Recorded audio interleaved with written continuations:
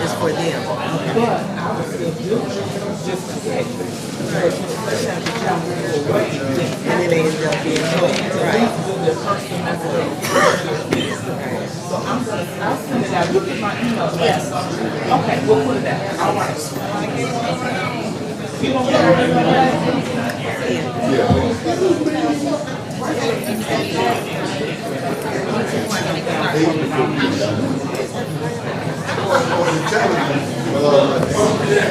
I'm out of here.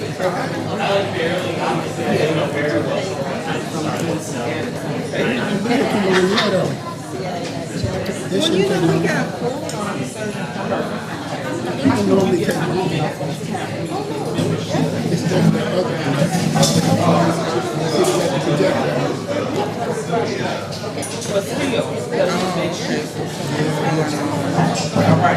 Could result in us being there a while.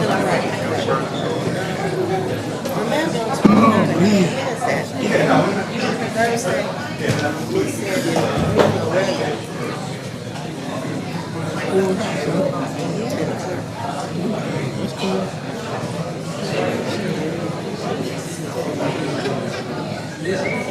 I only got one, so I'm good.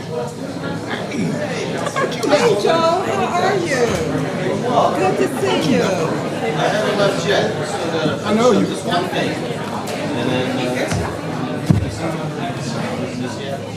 Well, good luck to you, Joe. Not that you need it. Nah. I need to follow you.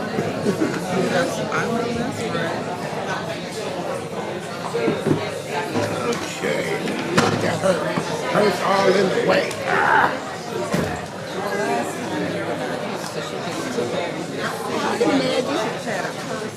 I seen it on TV. Wait, I seen it on TV. I was watching it. She couldn't be here, but I was watching. Hey, hey.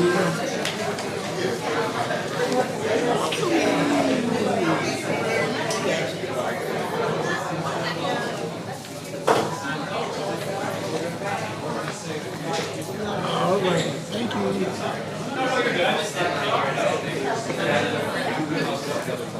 Thank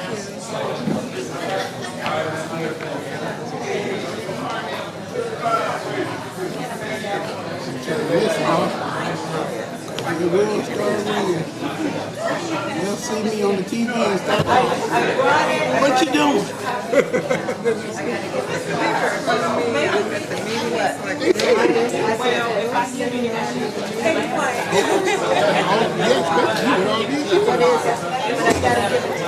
You should know where you are.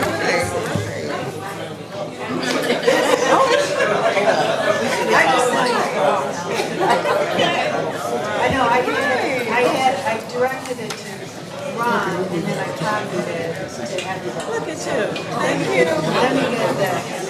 First when she doing I this, don't she think I at have.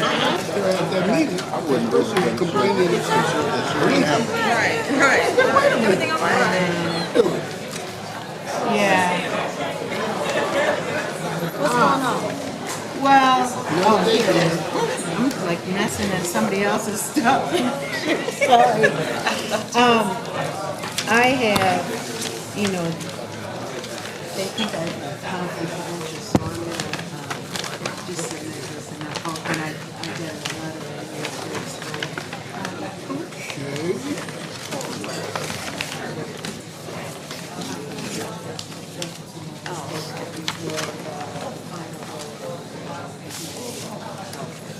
Which one? Yeah, I thought about it. God knows best. I didn't want to do that. You know, I tell my daughter, it's like, don't, when something doesn't, when you don't get, what you're seeking, is that what God has for you, is He's going to give it to you, and you don't need to work that. You know, you may think it's a good idea, but down the road, it's not. So, I look at it like, Yeah. Oh yeah. I had quit when I talked to her. I I know. I tried to tell him, but nobody. Hey, Mr. Barnett. I just said, there's a bunch of Washington. Not Friday. It's not difficult. I didn't want to come out there. Yeah, it's not. It's like, and I can't fly. it's because it says intentionally. I didn't even know there's police force. It's not even. I wish I'd known that. I'd have been out there. And they have checked this out. Yeah, but shoot. Oh, yeah, I love that. So I tried to check them out. I should have went. The yellow says it says Senate care about expected.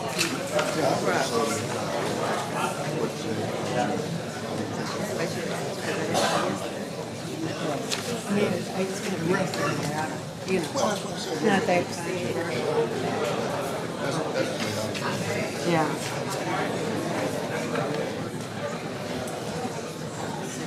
Nothing on them first. Oh, hey, thanks for getting Salad. the water on it. Nothing for me. Right here. CPO 1948. That's the CPR. That's what I'm going to represent. I am alive. Glad to. Crazy busy, but other than that, which I guess is good.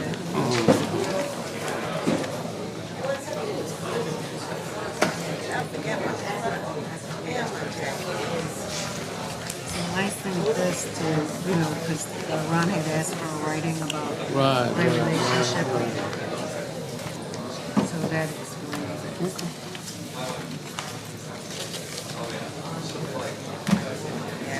CBS News and everything. That's set up good. I don't know what that's. Where's everybody at? Did we not get the message? She didn't get the message. And Mike. Good, you? How are you? I agree with you. I told him we need to get it from the electronic side.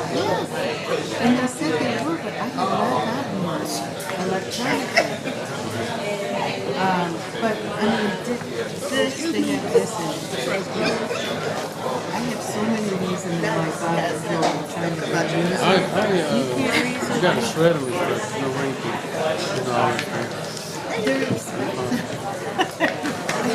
I work at the county and we buy stuff. We put stickers over my old stuff when I was clerk for the new clerk. And you know, they even had that one kind of that you could reset, you could use over and over again, Right. had the lines on Right, it. right, right. You should be using some kind of. I just think we should be electronic. The lessons what we had iPads. You can email the stuff to me. I have an iPad. All I got to do is just. But they don't do it. But see, the iPads we have only work inside City Hall. The Wi-Fi only works there. So when I go back to City Hall, I'll just tell them, don't send me no more paper. Just email my stuff. Good luck. I don't need it. Because you've all been staying there for 4 years. I don't need it. I've been staying there for 4 years.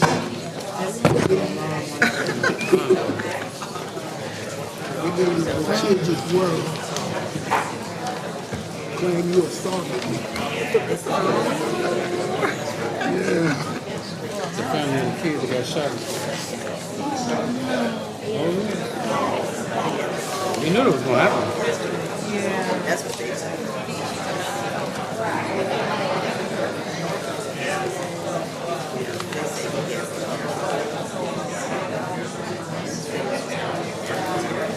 I can't. Not a whole lot I can say. I don't know anything about it. I've been notified, so council person, I'm not aware. Well, it's hard I'm because president. people expect us to know. Yeah, well, they don't inform us how you do my credit. Here's my seat. Here's my seat. If you don't inform me, what everybody expect me to do? We all have busy schedules, am I right? Two phones. I haven't seen them, but I got them some water just in case you squeeze on in. No, I need some elbow on. You good? Yeah, I'm good.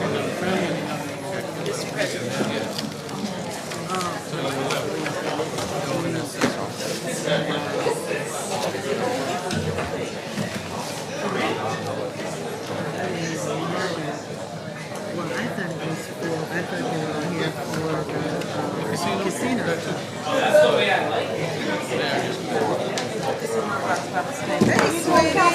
Is it a bill? Oh. You hear me when I said, is it a bill? Lift up, I'm giving it to you. Keep it.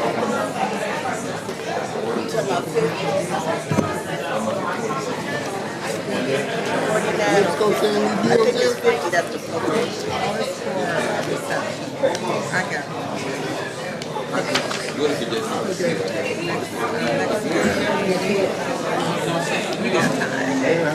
If I don't forget about it, open it. I've been low key. I like it that way.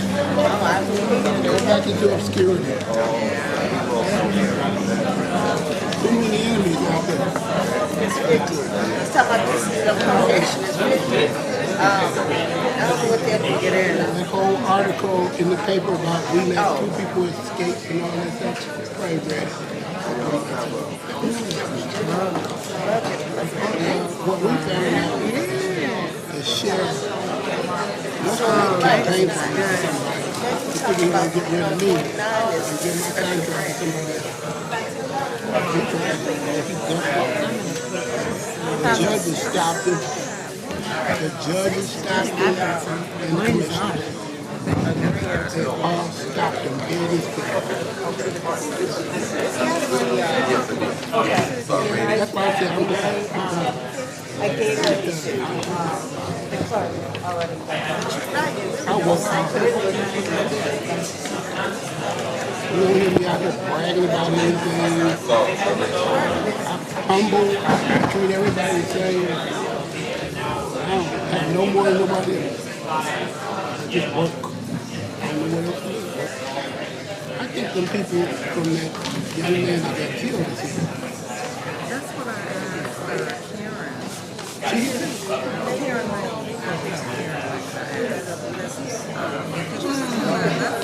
we need to know stuff like that. Hey, Lauren. It's funny that the story is holding her.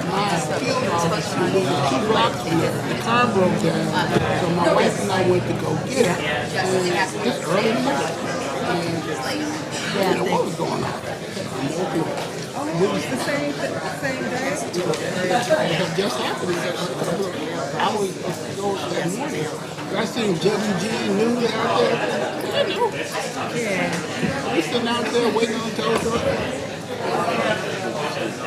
No good. Until my son said, I was told, we were sitting in the car, and some of his friends in front of I mean, if you're out there and you that afraid, then you need to go back.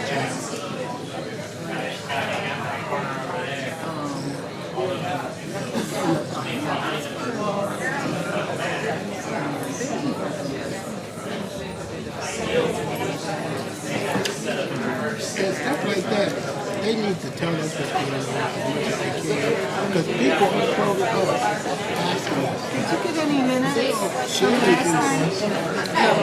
don't know no more than the person walking down the street. Ron. Hey, Ron.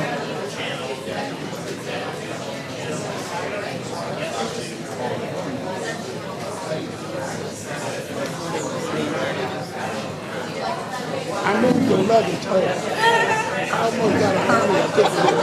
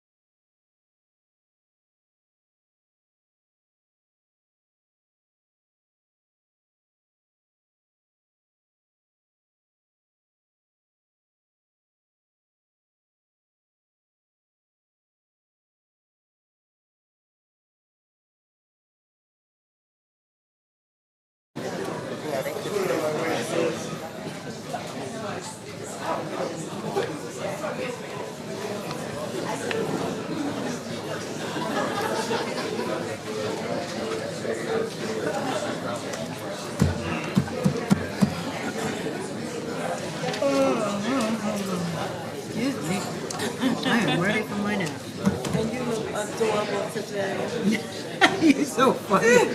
Screaming across the phone. Girl, I love that.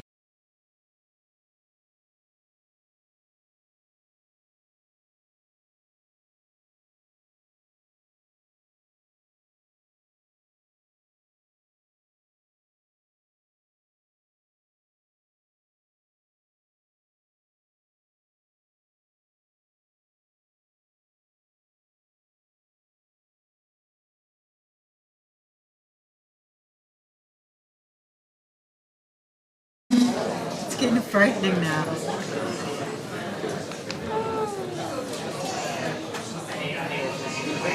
Did you get, yeah. How old are you?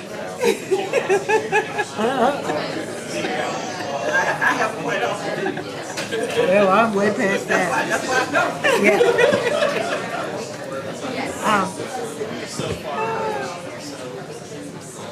Did you ever get a copy of Renzer's waiver of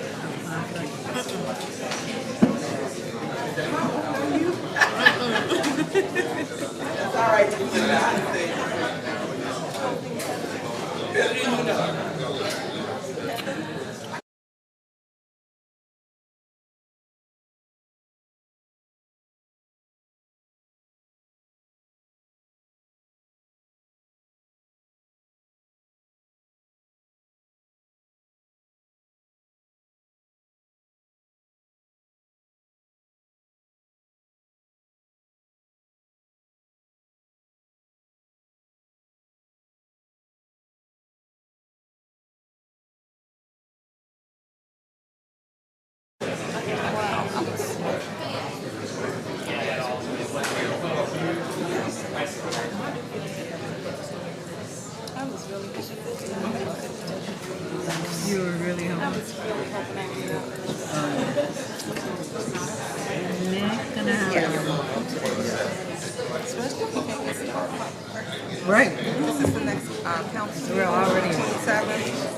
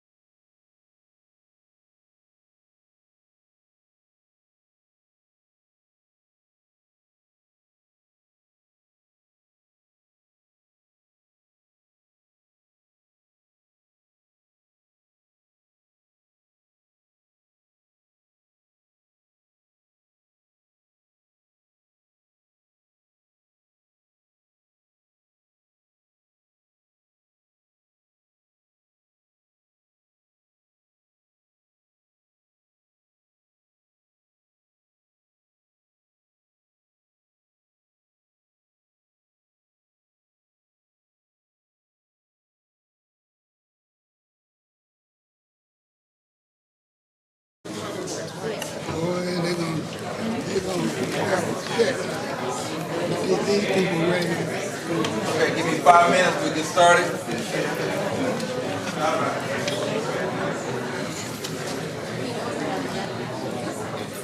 I didn't look at it. I didn't look at my paper. So I move for a public hearing, let them talk, and then move make a motion for a special meeting. Or do I say, move for a public hearing and a special meeting?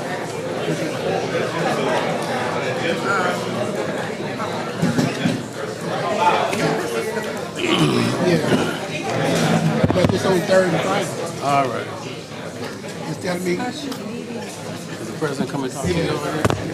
yeah. I don't think he wants to go tonight. I think he wants to do public portion only. And he called a special meeting for next Tuesday night. I move for passage. I have no idea. Where was it? I'm perfectly honest. Most of a lot of things that happen, I have no idea. I found out when you found out. That's what I'm telling you now.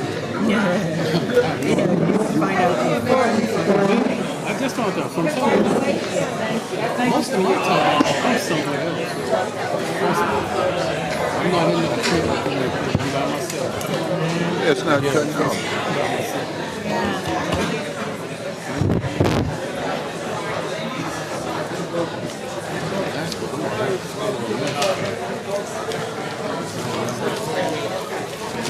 I'm not happy about it. We have the people that meeting here last week, and they on the person who don't work in the I have a concern. I don't like to change things, you know.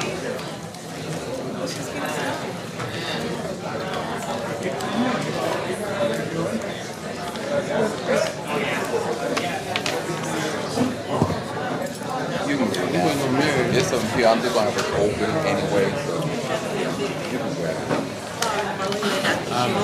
I got this spot on my leg, I keep scratching. This lady, you know her, Ruth Beatty? Got in trouble for she's an attorney. She got in trouble. That's 1, 2, 1, 2. I'm ready. The mic's on.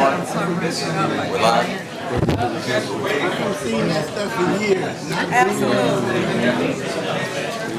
Stuff they used to We have not started. Yes. Thank I'm you. good. How you doing today? Can I get an agenda? I don't have an agenda in my house.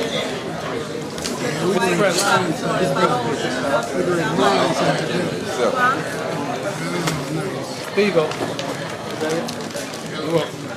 Sorry about that. I gave you the orders. Sure. okay. you know what? I lost it. How's the conference going at the church? I was going to make another. Probably got one in my car. Just this one. Said her. I don't know what I did with it. I thought you had it. We're gonna be here for a while. Even the public portion, especially considering the man. I don't even know. Good evening, everyone. I'd like to welcome you to the Gary Common Council regular scheduled meeting, August the 20th, 2019, within the 6 p.m. hour. I will ask everyone, if you can, stand for the prayer and remain standing for the pledge of allegiance. Mr. Moore will lead us in our prayer.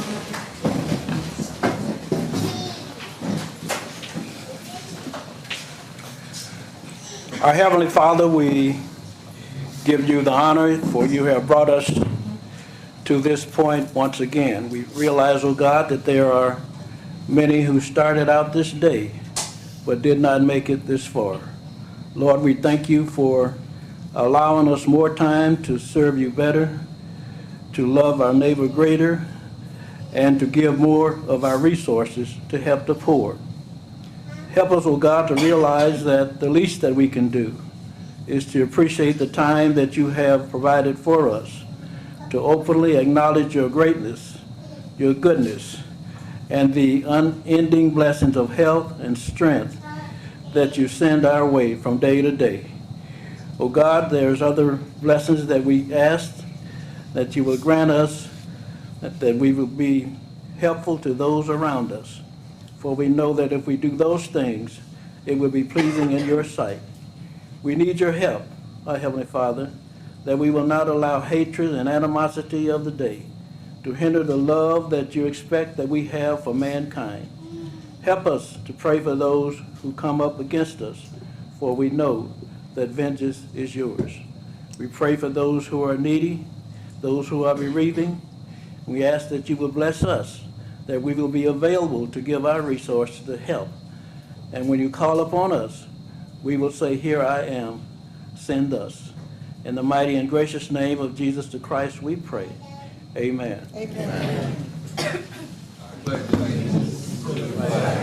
Of the United States of America and to the republic for which it stands, one nation, under God, indivisible, with liberty and justice for all.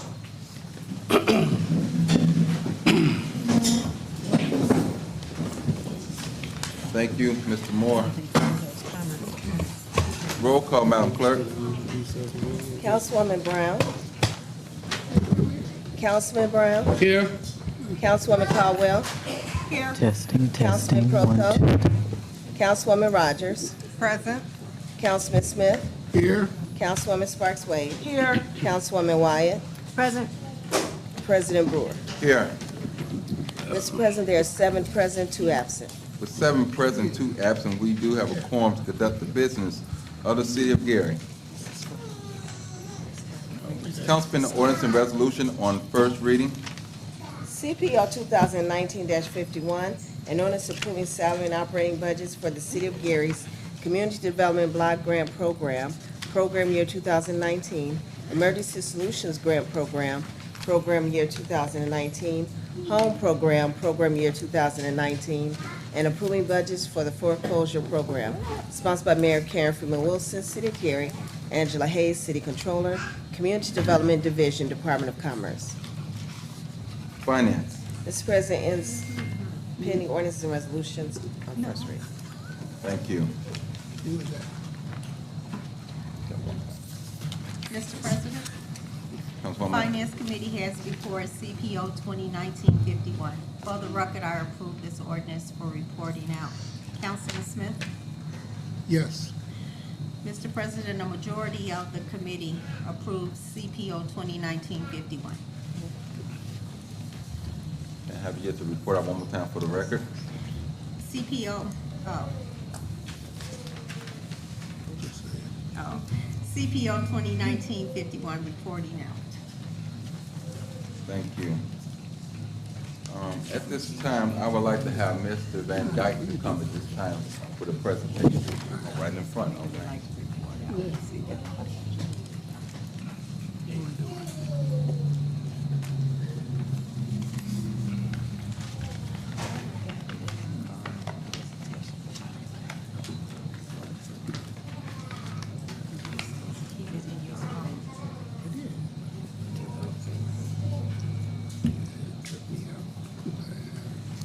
All right, thank you very much. While this thing warms up, popping on here. My name is Joe Van Dyke. I am the former Director of Planning and Redevelopment for the City of Gary, and I'm going to report to the Council progress on our City of Gary Comprehensive Plan.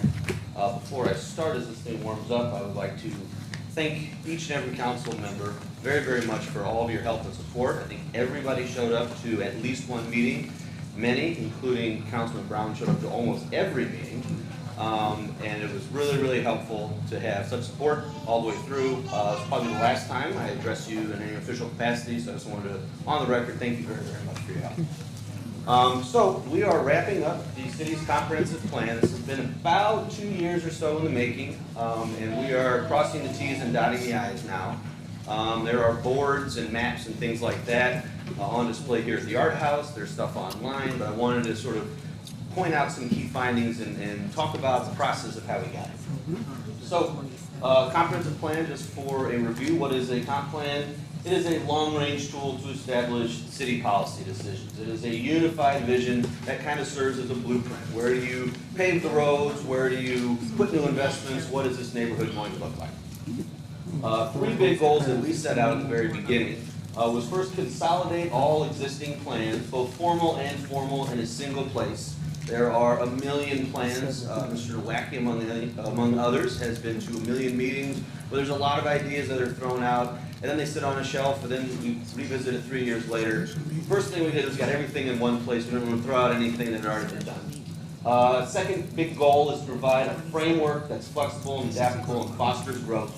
And then the third is just to do the blueprint. What goes where? How does this work? What roads are important? And so on. So this is a lot of words. Long story short, we did it in 3 phases. The first was data collection. Second was city-led public meetings. We had all this information. We armed ourselves with it. We had conversations with our neighbors. And now we are in the final phase, which is making this into a single document. So the gathering info section consisted of 3 big parts. Data collection, I'll talk about all these in a minute. Plan consolidation, again, reviewing all the plans that are on the books and putting them in a single place. And then third, Citizen Advisory Committee. We chose various community leaders to convene every so often with us and convene on their own times with their own circles and networks. So we had people participate who typically don't participate in like city meetings. Phase one, real basic, plan review. The city team reviewed all of the previously adopted plans dating back from 1964. So rather than reinvent the wheel, we want to make sure we kept all the good information that already exists. We want to honor all the hard work and participation by those who came before us. And we found things that were common across all these various different plans and laws and ordinances and things like that. Second, the Gary Space-Time Analytic Data System. This is a really dorky way of saying we put all of our information in a single place. We got information from the county assessor and the recorder's office and the fire department and the demolition department, and we got all of it and we looked at it in a single place so we could look at trends and look at information and get a much richer, better, stronger understanding of our city.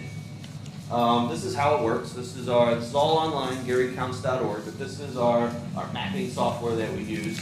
So this is the downtown area of Gateway Park right here. We're sitting over here in our house. And this is a big map that has all of this information on it. So we can look and say, hey, this is our parcel survey we did. The dark blue represents very well maintained, good properties. The red represent those that are in dangerous, dilapidated conditions, and everywhere else, somewhere in between. If there is no color represented, it means there's no property on that particular parcel. So we went door to door to every property in the city. We got this information. We put it in the GStats. Now when it plays with others, you start to get a lot richer understanding, a better knowledge base of what's going on in your city. So from this you can see we have a few dilapidated properties along the toll road. We wanted to zoom in what's going on over here.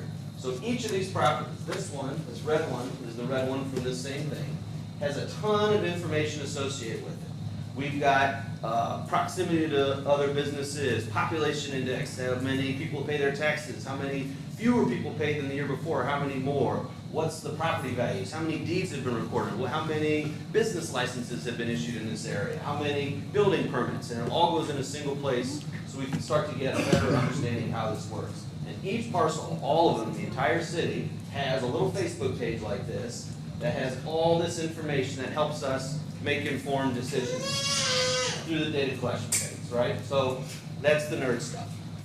Second, the third part of the data collection was Citizen Advisory Committee. We had about 24 community leaders, several of whom are in this room, talk to their church group, talk to the folks at work, talk to their neighbors about some of the softer things that we don't typically cover when we do roads and zoning and things like that. We talk about arts and civics and participation and small businesses and parks and public health. And they reported back to us and said, here's what we're hearing. There's a lot of people who don't feel comfortable going to a city meeting with the city official in front, but these are things that are important to us. That led us into our city-led meetings. We held about a dozen or so meetings over the course of February and March, and they covered 14 different neighborhoods across the city. And we said, well, here's all this information we have. Let's share with you and tell us about your neighborhood. So we did the same thing that we did ourselves. We looked at a map. This is West Side.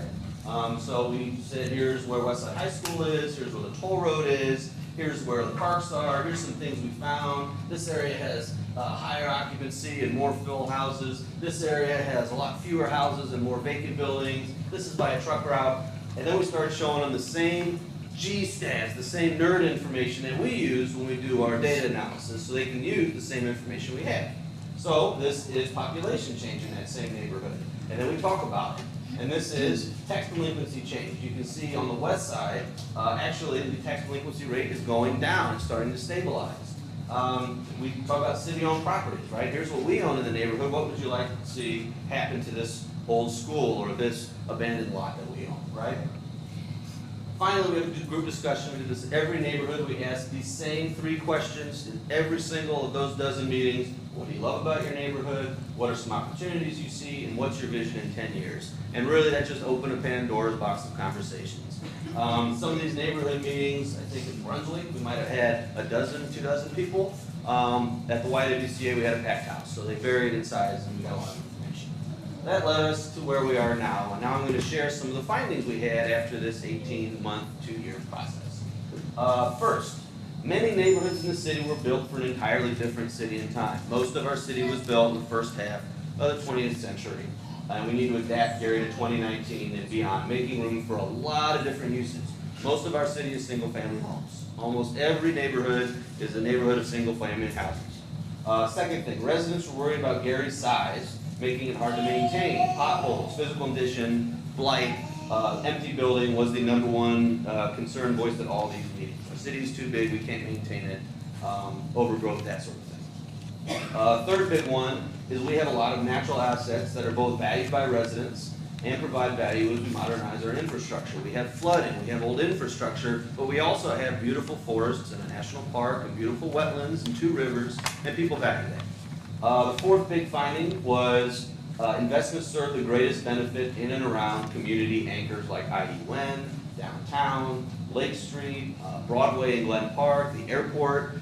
We find through our data and through the information we have that you get a greater return. More good things happen when you invest where good things are already happening. It tends to snowball. And then finally, there's simply not enough land designated for employment.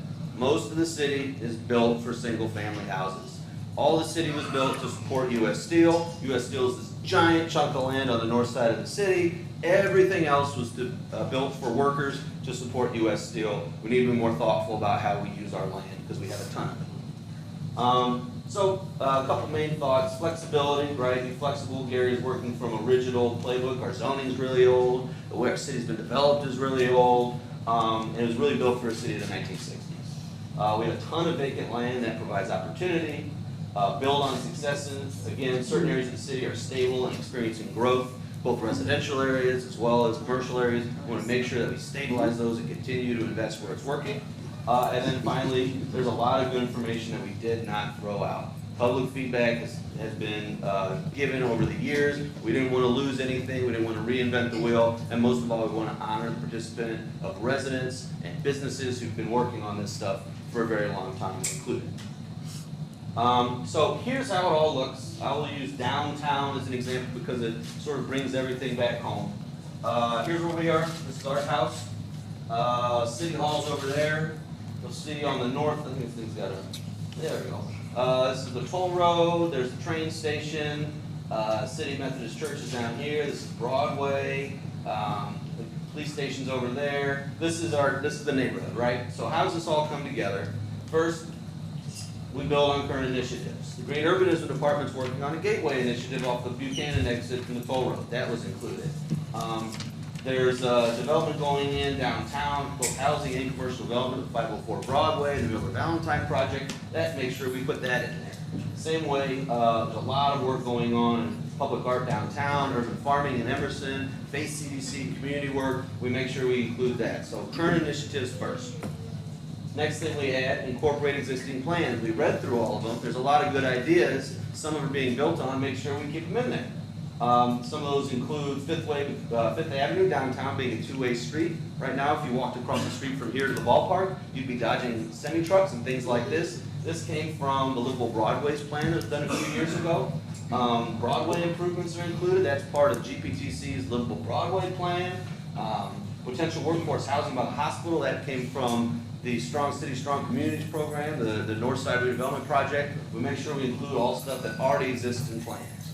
Finally, you have all this stuff in the middle that hasn't been thought through, right? You have large areas of vacancy. It used to be really strong residential areas. You have strong, large areas of vacancy that are by major thoroughfares. This is where we say, how do we be flexible? How do we be creative? What do the neighbors think, right? So this is the plan in a nutshell. All this stuff is in online, first and foremost, reinvestinggary.org. On the city website, it has a link to this. GaryCounts.org is where all those maps and things can be found. You can play with the same information we use. And then finally, there's an exhibit outside that's going to be here for another month. All this is open to the public. All of it's online. And we should be wrapping up pretty shortly to do a final presentation and sort of an unveiling by the end of next month, maybe early October. So that's all the work we've done to date. And I really appreciate your time and entertaining questions. Again, thank you so much, Councilman Brown. Missed it. Thank you very much for your help. I really, really appreciate it. So that's it. That's all I got. Let the record show that Councilwoman Brown has joined us, and is there any question for Mr. Van Dyke by any councilman at this time? Van Dyke, we appreciate all the hard work that you have given to this city, and you're still working up until the last. You got it. But we want to say congratulations on your new adventure as you leave us, and we hate to see you leave because you not just brought us information well, you brought the public information well, and you made our job a lot easier when you was in the room. I will say that, and I think everyone will kind of agree with that. Yes. But we wish you great success on your new adventures. Thank you so much. Thank you. Thank you.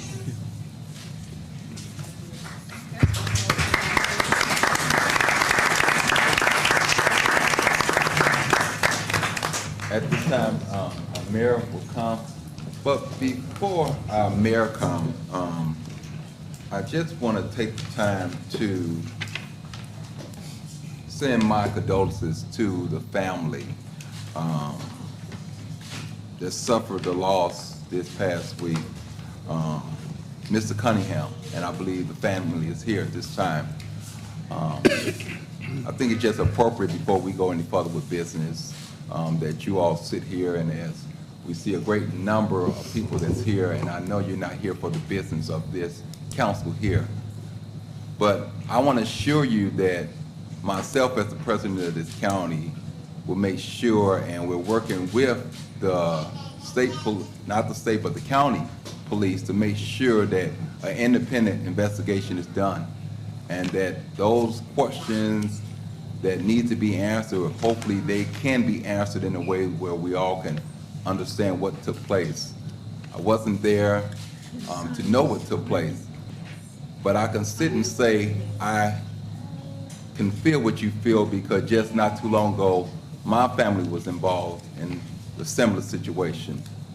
But we have to wait until we get all the facts. We have to wait until we get all the facts and not jump to any conclusion. We heard a prayer that was offered today, and we must take that prayer to heart. But I want to personally send out my condolences to this family, that we will continue to work and make sure whatever happened is brought out in a timely fashion to this family and as well as to the public as we go further. This time I'll turn it over to the mayor this time. Mr. President, let me just add my sentiments even before we engage in our Gary Legends Awards. You know, it's easy for us to say what did or didn't happen, but I think the best thing that we always want to do, as you've said, is ensure that there is an independent investigation, that there is an investigation by an entity with integrity. And there was a lot of questions about why I hadn't personally reached out to the family, and I certainly want to add what I already said yesterday on social media, my condolences, because this is a tragic loss. No matter what the circumstances are, anytime life is lost, it is unfortunate. But the first thing I got probably Sunday was a letter from an attorney. And as an attorney, one of the things that I know is that when somebody says that they are represented, I can't call them, I can't do anything. And you know, one thing that this community I think knows about me is that I support the individuals in this community. Yesterday, we were at the funeral of Marquise Jones. Very unfortunate situation, tragic, but I just want to echo that sentiment that we want to make sure that this is fully reviewed. And once that's done, I do want to sit with family, loved ones, and the members of the public, because this is something I think that is really exacerbated, not just what is happening by what is happening in Gary, but what has happened in other communities throughout the United States. So I'm not jumping to conclusions because I think we owe everyone the right not to do that. But I am saying that, you know, there is a reason that everything happens in terms of not communicating and things like that. And so I wanted the family to not only hear that we are offering our condolences, but there is a reason why we haven't reached out. You will hear from the city attorneys because that's what, you know, that's the course that has been taken. At this time, I will have to go forward with the Legends Award at this time.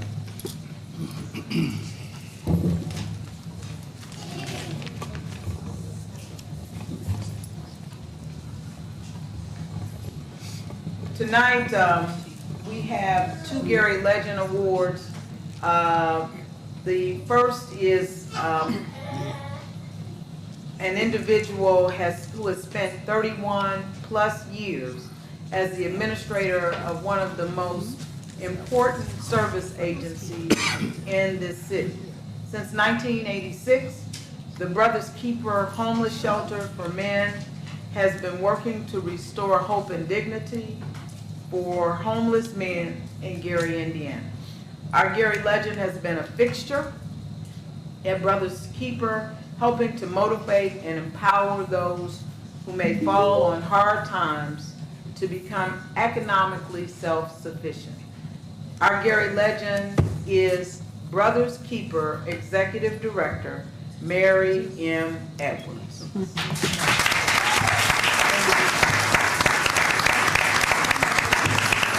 the early 1980s, the Gary Rescue Mission closed its doors to the homeless men of Gary, Indiana. Seeing a need to continue this mission, the late Reverend James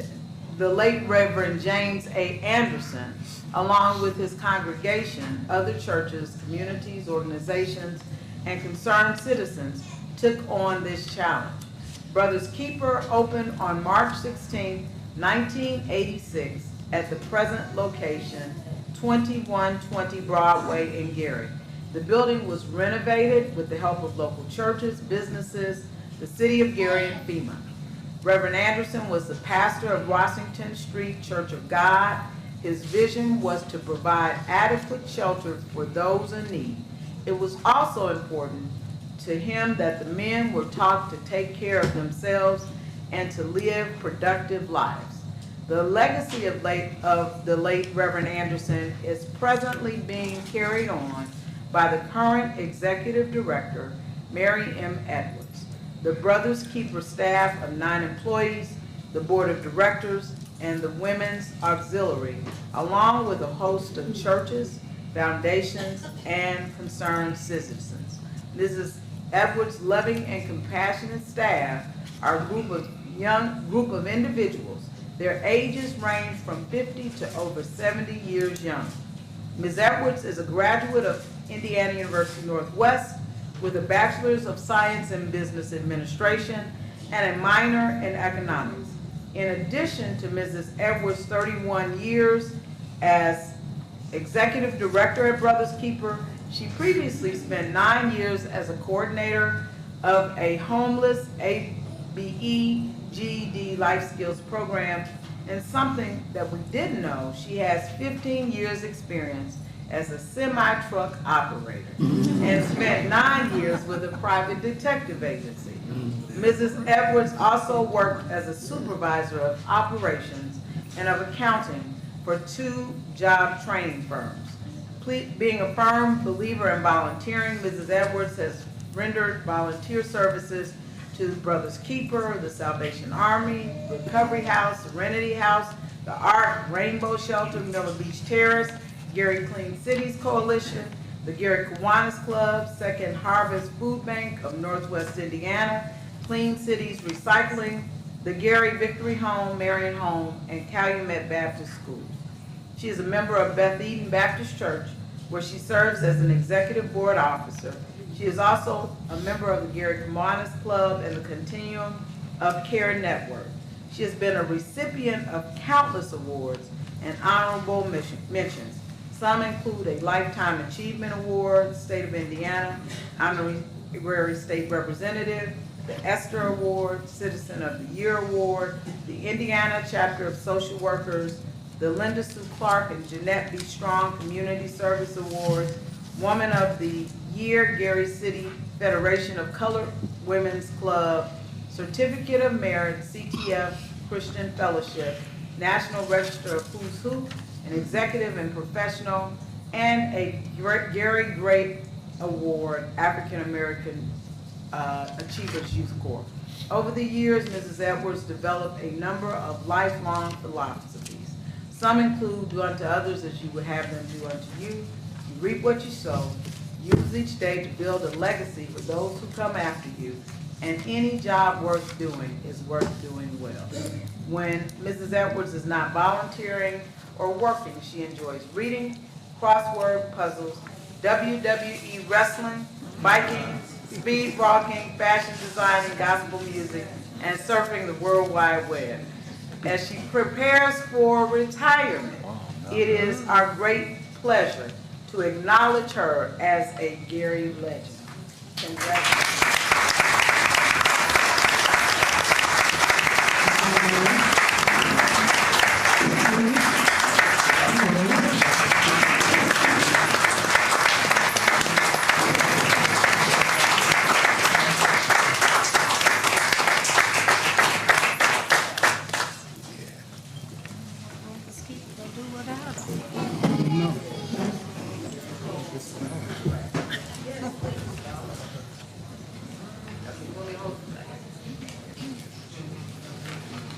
That's right, say something to us.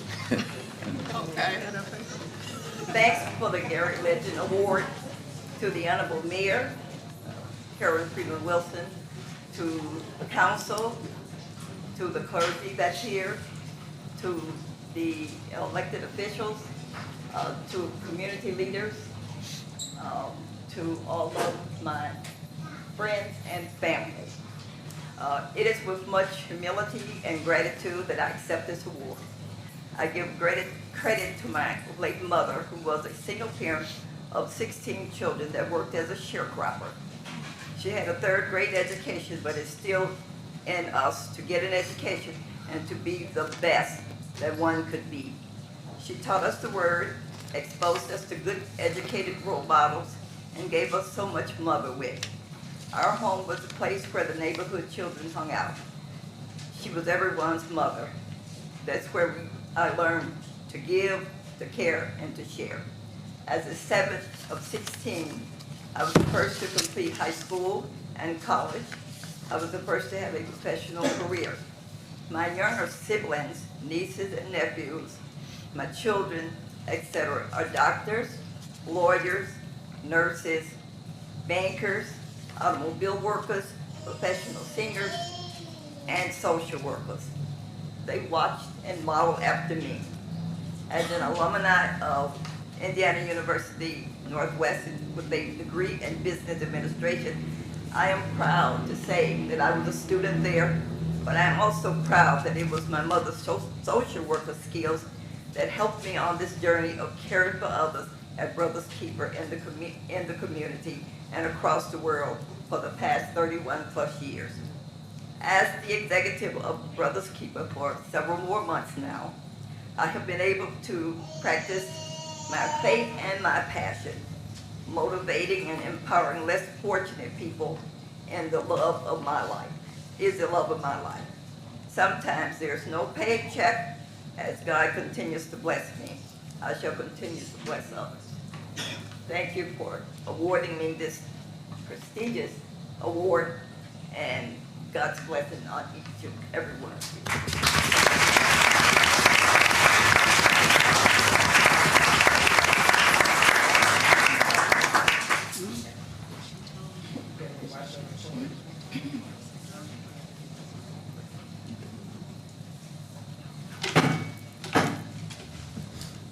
Job well done, Ms. Edwards, job well done. Our second Gary legend is a Gary native reared during his adolescent years in St. John Home, also known as the Color Doors. After experiencing many challenges, he was placed in a do or die program where he received 2 mentors who helped influence his life as well as his career. Enrolling in the Lake County Sheriff Explorers Program inspired him to apply for several police officer jobs. In 2002, the city hired him as an auxiliary officer. The following year, he became the first African-American officer hired by the new Chicago Police Department, rising through the ranks to detective sergeant before leaving in 2009. He accepted a position with the Indiana University Northwest Police Department. At IUN, he continued to rise through the ranks of area law enforcement. Over the past 16 years, he has served as the chief of police at IUN. While working there, he also served for 7 years on the Gary Police Department, receiving a Medal of Valor in 2012 from the Northwest Indiana Public Information Officers Association and the District 1 Law Enforcement Council. IUPD awarded him a Letter of Valor for the same incident, which involved courageous and effective action. Many already know that I'm talking about Chief Wayne James. Chief James has spent the past 10 years advancing at IUN, where he developed law enforcement practices and strategies that make the campus one of the safest in the state. The IUPD division was recognized for its diverse workforce, which benefits the campus and surrounding area. Also during this time as chief, he was heavily involved in university partnerships, Gary for Life, 5th and 6th District Council meetings, or 5th and 6th District meetings with the community and the local schools, all while balancing his role on campus. While policing with a purpose, he made sure the city of Gary was a priority. Chief James additionally introduced a program that assisted women with passing physical agility tests for police agencies so that the agencies could become more diverse. He has been engaged with the community by participating in back-to-school giveaways, hoopah and dogs with the police, coffee with a cop, and also partaking in ice cream socials. His hard work, partnerships, leadership, innovation, and forward thinking have had positive impacts across the state and country and have put him above the rest. A model of servant leadership, Chief James has been asked to work on the IU Bloomington campus and focus exclusively on his roles as Deputy Superintendent of Regional Law Enforcement and Chief Diversity Officer for divisions on all IU campuses. He is IUPD's first ever Chief Diversity Officer and Deputy Superintendent of Regional Law Enforcement. During Chief James' law enforcement career, he has worked in a variety of positions, received awards and commendations for his work from the Police Executive Leadership Academy, Northwest University School of Police Staff and Command, and he has received a bachelor's degree in public safety management. He is also an instructor and implicit bias trainer. The recognition he has received for his work includes the 40 Under 40 Award from the International Association of Chiefs of Police, a Medal of Valor, the Congressman Pete Visclosky Award for going above the call of duty, and 2 awards from the Northwest Indiana Public Information Officers Association for going above and beyond the call of duty. The Urban League of Northwest Indiana recognized and awarded Chief James and his division with the Workforce Award for Diversity and Inclusion. Additionally, Chief James has been active in the community and professional organizations such as the Urban League, NOBLE, International Association of Chiefs of Police, Indiana Association of Chiefs, and committees for the International Association of College Law Enforcement Officer. Chief James no longer serves as Chief of Police at IU Northwest, but will continue working with division officers and leadership who will report to him. It is my great pleasure to present this Gary Legend Award to someone, albeit young, has given tremendous service and has done extensively in this community. Chief Wayne James.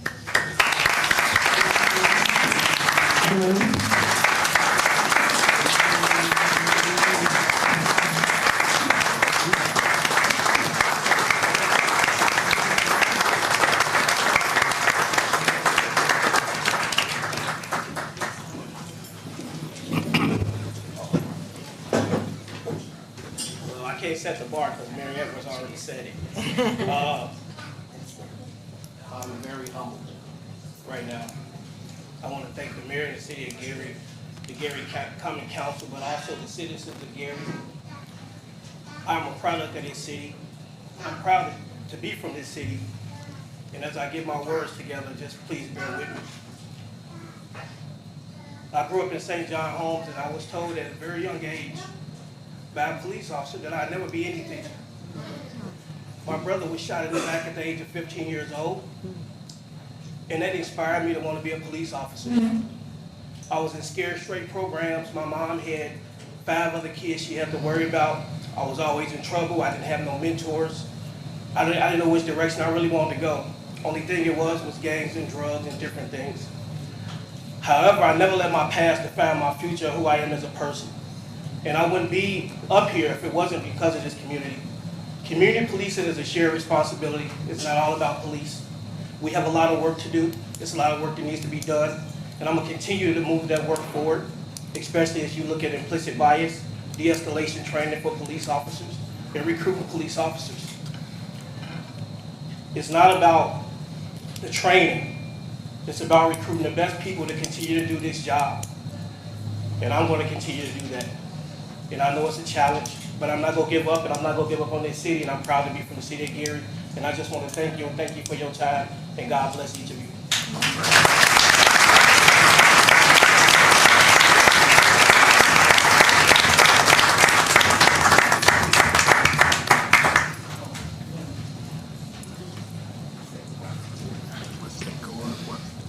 Let me just say, while they're taking a picture, Chief Wayne, you have, James, you have done an excellent job in serving this great community and partnering even with our Gary Police Department. I believe IUN is one of the safest places to live in this city here. But your leadership is just great, and we appreciate everything you do and you continue to do for us. Thank you. At this time, special select, any council members at this time doing special select? Going once. Mr. President. Councilwoman Wyatt. All right. Work our way through. I just have one announcement. The 1st District Community Meeting will meet on Monday, August 26th at 6 p.m. at Marquette Park Pavilion. And everyone is welcome. Again, that's Monday, August 26th, Marquette Park Pavilion, 6 p.m. Thank you. Councilwoman Wade. Thank you, Mr. President.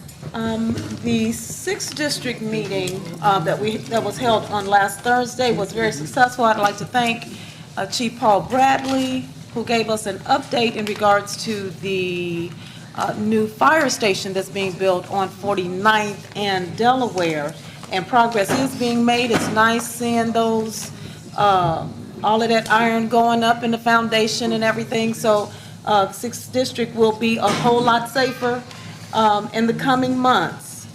And Rachel Caesar gave us an update in regards to the 311 system and the citizen complaints that are coming through. And Nate George, the Parks Department head, gave us an update on the Howe Park Improvement Program, project, and we are moving forward with that. We will have a basketball court out there pretty soon with permeable material, and we have the pavilion is also being renovated, and we're going to be having a splash pad out there. So hopefully pretty soon Howe Park is going to be looking a whole lot different than what it's looking right now. And finally, I'd like to announce that the Blind Social Center is having its 5th annual fundraiser, Dining in the Dark Gala, and the Dream Continues on Friday, August 23rd from 5 to 9 p.m. The donation is $50, and it's going to be held at the Marquette Park Pavilion. The guest speaker is going to be Lee Martin, the storyteller, and the entertainment will be those funny little people, and music by the radio personality Marvin Lyles. And if you haven't been to this particular event, it is something to behold, and we really do hope that people support the Blind Social Center and Mr. and Mrs. Blair. Thank you, Mr. President. Welcome. Mr. President, Councilwoman Caldwell. please join the 5th District for our community meeting Monday, August the 26th at 5:30. It will be held at the Community Health Net Center, 3503 Martin Luther King Drive. Our special guest will be Judge Deidre Monroe with the Gary City Court and the representatives from our Code Enforcement Department. All are welcome to attend. Also, Boards and Commissions has a vacancy on the Economic Development Commission. All interested should submit your letter of interest and a resume to the Gary Common Council, 401 Broadway, Suite 103, Gary, Indiana, 46402. Attention Councilwoman Linda Barnes Caldwell. And that's the Economic Development Commission. Thank you. Mr. President. Councilwoman Brown. I'd just like to take this opportunity to extend my condolences to the family of attorney Charles Brooks, who lost his wife. Many of you know Attorney Brooks, or knew Attorney Brooks. At one time, he was the attorney for the Gary Police Commission. Has been very active in the city. So he lost his wife, who worked for many years at NIPSCO. So I'd like to extend my sincere condolences to the entire Brooks family. Thank you, Mr. President. Thank you. Mr. President. Councilwoman Rogers. Thank you. At this time, I would like to extend my deepest condolences to the family of Rashad Cunningham. I was heartbroken to hear about this. I will continue to keep the family in prayer. I know that you will get your questions answered, and I can only imagine you wanted those questions answered yesterday. But I would just like to let you know that we're keeping you in prayer, and that we will continue to do that. And I'm very, very sorry to hear about the loss of your loved one. Thank you, Mr. President. Is there anyone else? Council members? Let me take the time to acknowledge former member Chuck Hughes is here also, and Attorney Lay that's also standing in as our attorney for this evening. We're getting ready to move to third and final, but let me go for public and for the council's knowledge. On CPO 48, there will be a public hearing tonight, but no action will be taken from the council. I'm asking that we have a special meeting on 48 and 50 next Tuesday at 6 p.m. here in the Art House, a special council meeting. So I'll do that at the end of the council meeting, and at the end of third and final, the call for a special meeting next Tuesday on the 27th. Yeah. But there will be a public hearing on tonight. Madam Clerk, Council President orders a resolution on third and final. CPO 2019-48, an ordinance amending Title 15 entitled Land Usage, Chapter 123 entitled Zoning Code of the Code of Ordinances of the City of Gary, Indiana, to establish the Gary Casino Plan Unit Development District. Petitioner Spectacle Entertainment, 111 Monument Circle, Suite 777, Indianapolis, Indiana.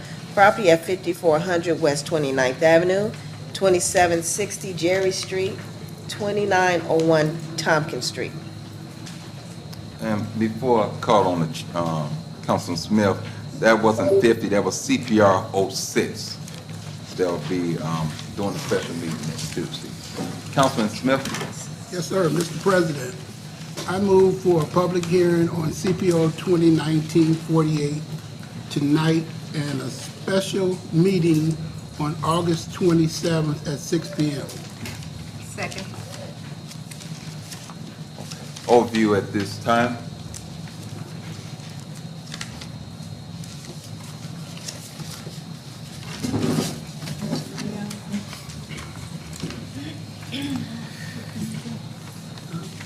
CPO 2019-48. That's the casino.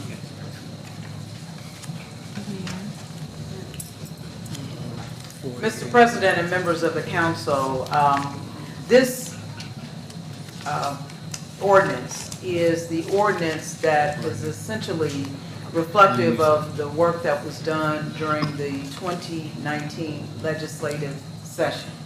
It is the realization of the move of the casino from the port, from Buffington Harbor, to a location onto land, specifically to 8094.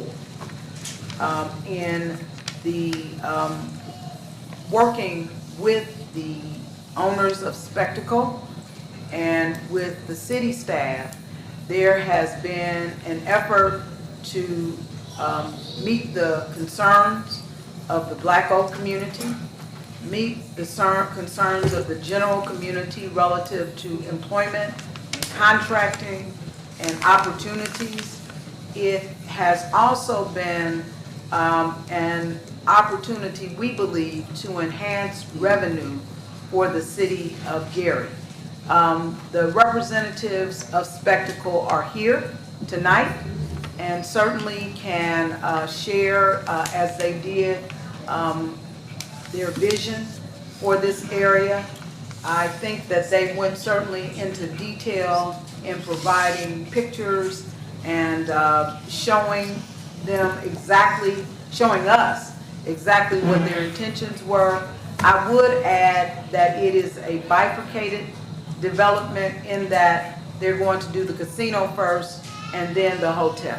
So with that, I would invite Mr. Rod Radcliffe, who is the lead person. We do anticipate at some point that representatives from Hard Rock will join them. In fact, they've asked it for 3 dates. They were not available today, but Mr. Radcliffe and his team have the controlling interest. And John Keeler is going to be the spokesperson for the casino. But you have all of the leadership, Janae Erpenbach, who's the general manager. You have Mr. Radcliffe, who's the owner, and all of his leadership team are present today. Mr. Keeler.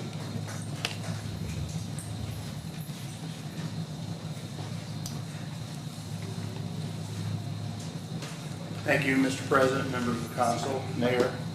My name is John Keeler. I'm Vice President, General Counsel of Spectacle Entertainment. Here today urging you next Tuesday to adopt and pass into law CPO 2019-48. As the mayor said, creates a planned casino unit development. We have worked very closely with the city administration during the legislative session to make the reality of a land-based casino in Gary a reality. I'd like to tell you a little bit about Spectacle briefly. I know many of you on the council have heard this and I don't want to be repetitive. But Spectacle is an Indiana company formed last year by Rod Radcliffe and a gentleman named Greg Gibson from Terre Haute, specifically for the purpose to buy the Majestic Star casinos, which, as you know, have been on the market for quite some time and were held by an entity, a group of investors that purchased them out of bankruptcy. Working with the city, the dream became true. We were not only able to buy the casinos, but for the first time ever, we were able to persuade the legislature to allow a casino to move onto land off the water and off its footprint. So that's a little bit about spectacle, but I'd like to tell you a little bit about our project. And this really involves the planned unit development ordinance, which the mayor spoke to. We've acquired approximately 30 acres in the southwest quadrant of 8094 and Burr Street, bounded by 29th Street on the south. We do have one little acre that is south of 29th Street. And that's the real estate that would be subject to this ordinance. We have additional contracts in place to try and acquire about 20 additional acres. And it would be our intent later on to come back and ask that those acres be put into the planned unit development regime. Now that's our property. Let me tell you about our project. Our project is to build a first-class casino. We were going to do it ourselves until Illinois passed their legislation. And then we decided that we had to step up our game a little bit. We had to go out and find the gold standard, or Rolls Royce, if you will, of casinos. And we were able, with Mr. Ratcliffe's help and camping out down in Florida at their headquarters for weeks, to persuade Hard Rock to join with us. So Hard Rock is going to develop, manage, and brand this casino at the location I just described. Now the project will involve a building housing the casino that consists of approximately 225,000 square feet. Majestic currently has approximately 950 employees, or we call them team members. The law requires, and we would be crazy not to bring each and every one of those team members on land with us. And we've committed to do that, and the law that was passed and we agreed to requires us to. Now the good news is not only are we going to bring all of our existing team members onto land, but we believe that the casino phase one, just the casino itself with surface parking, will need about 1,600 employees. So we're going to have an increase of about 650 employees at that stage. And then the second phase of this $300 million project to begin with is going to transition to a 200-room hotel and a parking garage. And we envision that that will be about 2 or 3 years out into the future. It's been a real effort, and this is like one of those steps in the process that, while one of many, is very, very important. And I would tell you that from a procedural point of view, once the council adopts the ordinance to which I'm speaking to, and the resolution which is forth on the agenda, then our next step, assuming that happens, and we hope you do, will be to go to the Gaming Commission on August 28th and ask for their permission to develop a land-based casino. We've already applied to the Gaming Commission. We'll be on that agenda, and we believe we'll be successful. Leading up to starting to build the casino almost immediately after that, in terms of land clearing and site development, we hope, and this is a very ambitious goal, to be open by the end of 2020.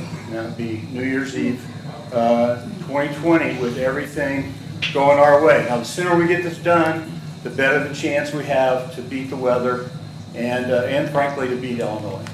So with me today are Rich Ziegler, the Vice President of Development for Spectacle, who is prepared to show you a few visions and discuss the project in a little bit more detail.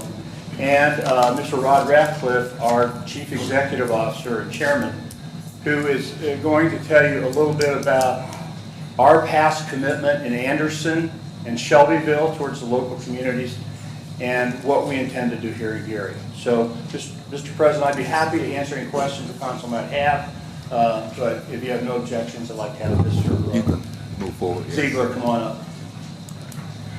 Mr. Chair, could I ask one question? Yes, Councilman. Could you tell me what date it is you have to go before the commission to get approval? It's August 28th, which August would be 28th. the day after your next meeting. All right, thank you. The President announced. Thank you.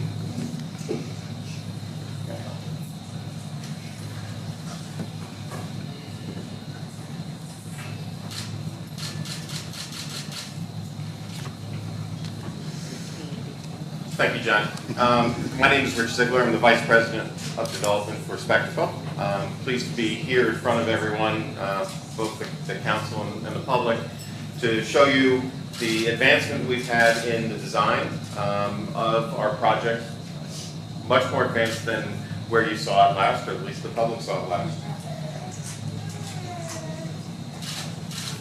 As John described, this is the property at the southwest quadrant of 8094 and Burr Street that is the subject of the planned unit development. A little more context, a lot further is the full intersection, the TA truck stop, the pilot truck stop, our property here, and the other gas station, the Vista Fuel gas station, excuse me.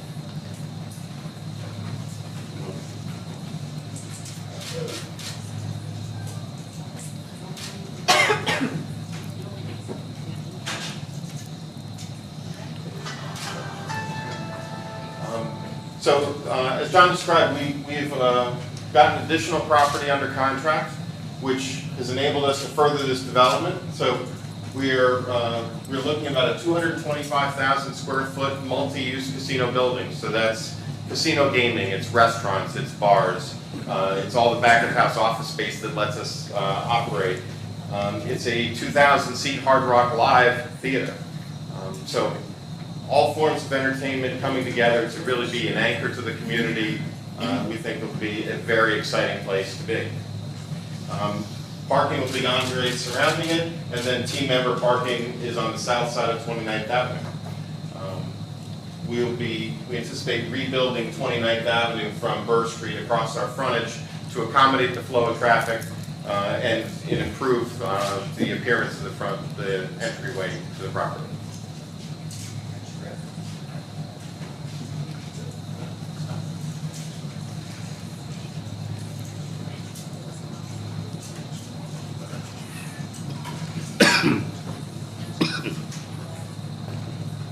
So this is a perspective of the first phase of the project. Again, the 225,000 square feet or so building and the on-grade parking around it. You can see the 8094 Warren Expressway behind and a pylon sign we anticipate along the expressway. We think this is going to have a tremendous presence along the highway and to the community.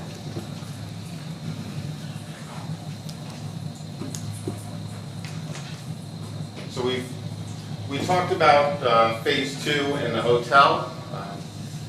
The hotel has always been on the table of our long-term plan. As John said, with the advent of recent changes, we have shifted the hotel and the parking garage to phase 2, but it is an integral part of our design process. So the 200-room hotel will come off the southwest corner of the building, and the parking garage will be on the east side. The parking garage will be, both of those will be connected directly into the casino, which is extremely important for the guests' optimal experience coming to stay for a night or a weekend to enjoy a show, enjoy gaming and dining.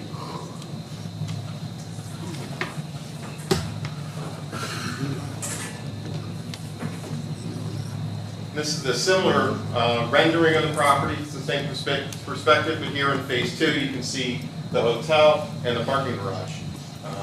Again, expanded out into the prior parking areas.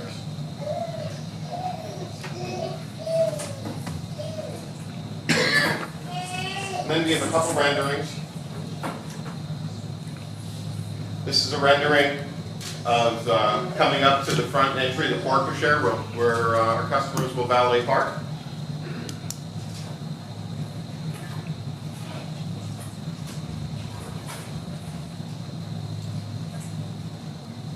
And this rendering shows what the casino will look like as you walk in into the valet entrance toward the center bar in the distance. So we're very excited about the way the plans have developed, the level of quality, and the design team and product that we've gotten. And we're really looking forward to getting started. If there are any questions, I'd be happy to answer. Is there any question by council members at this time? Yes, Mr. President. Councilman Brown. From a time standpoint, I know we had a committee hearing last Tuesday, and you guys came, you gave this presentation. And I know tonight was the night we said we were going to vote on this, because I know from a time standpoint, you constrain, if we have this meeting next week on the 27th, does that create a problem for you trying to get this information to the State Gambling Commission? It does not. It does not. We can work with that. All right. Mr. President? Councilwoman White. I need to bring up what came up at the Planning Committee meeting. I indicated that I represented one of the potential sellers, some property that Spectacle Entertainment is involved in, and you asked me to submit a writing, and so I have done that. It outlines the my relationship with the potential sellers. I was paid $200 to review a contract with the Windy City Acquisitions that provided a 120-day option for these clients. I have since told them that I will no longer represent them and have directed them to seek other counsel. I do not believe that it is a conflict of interest under the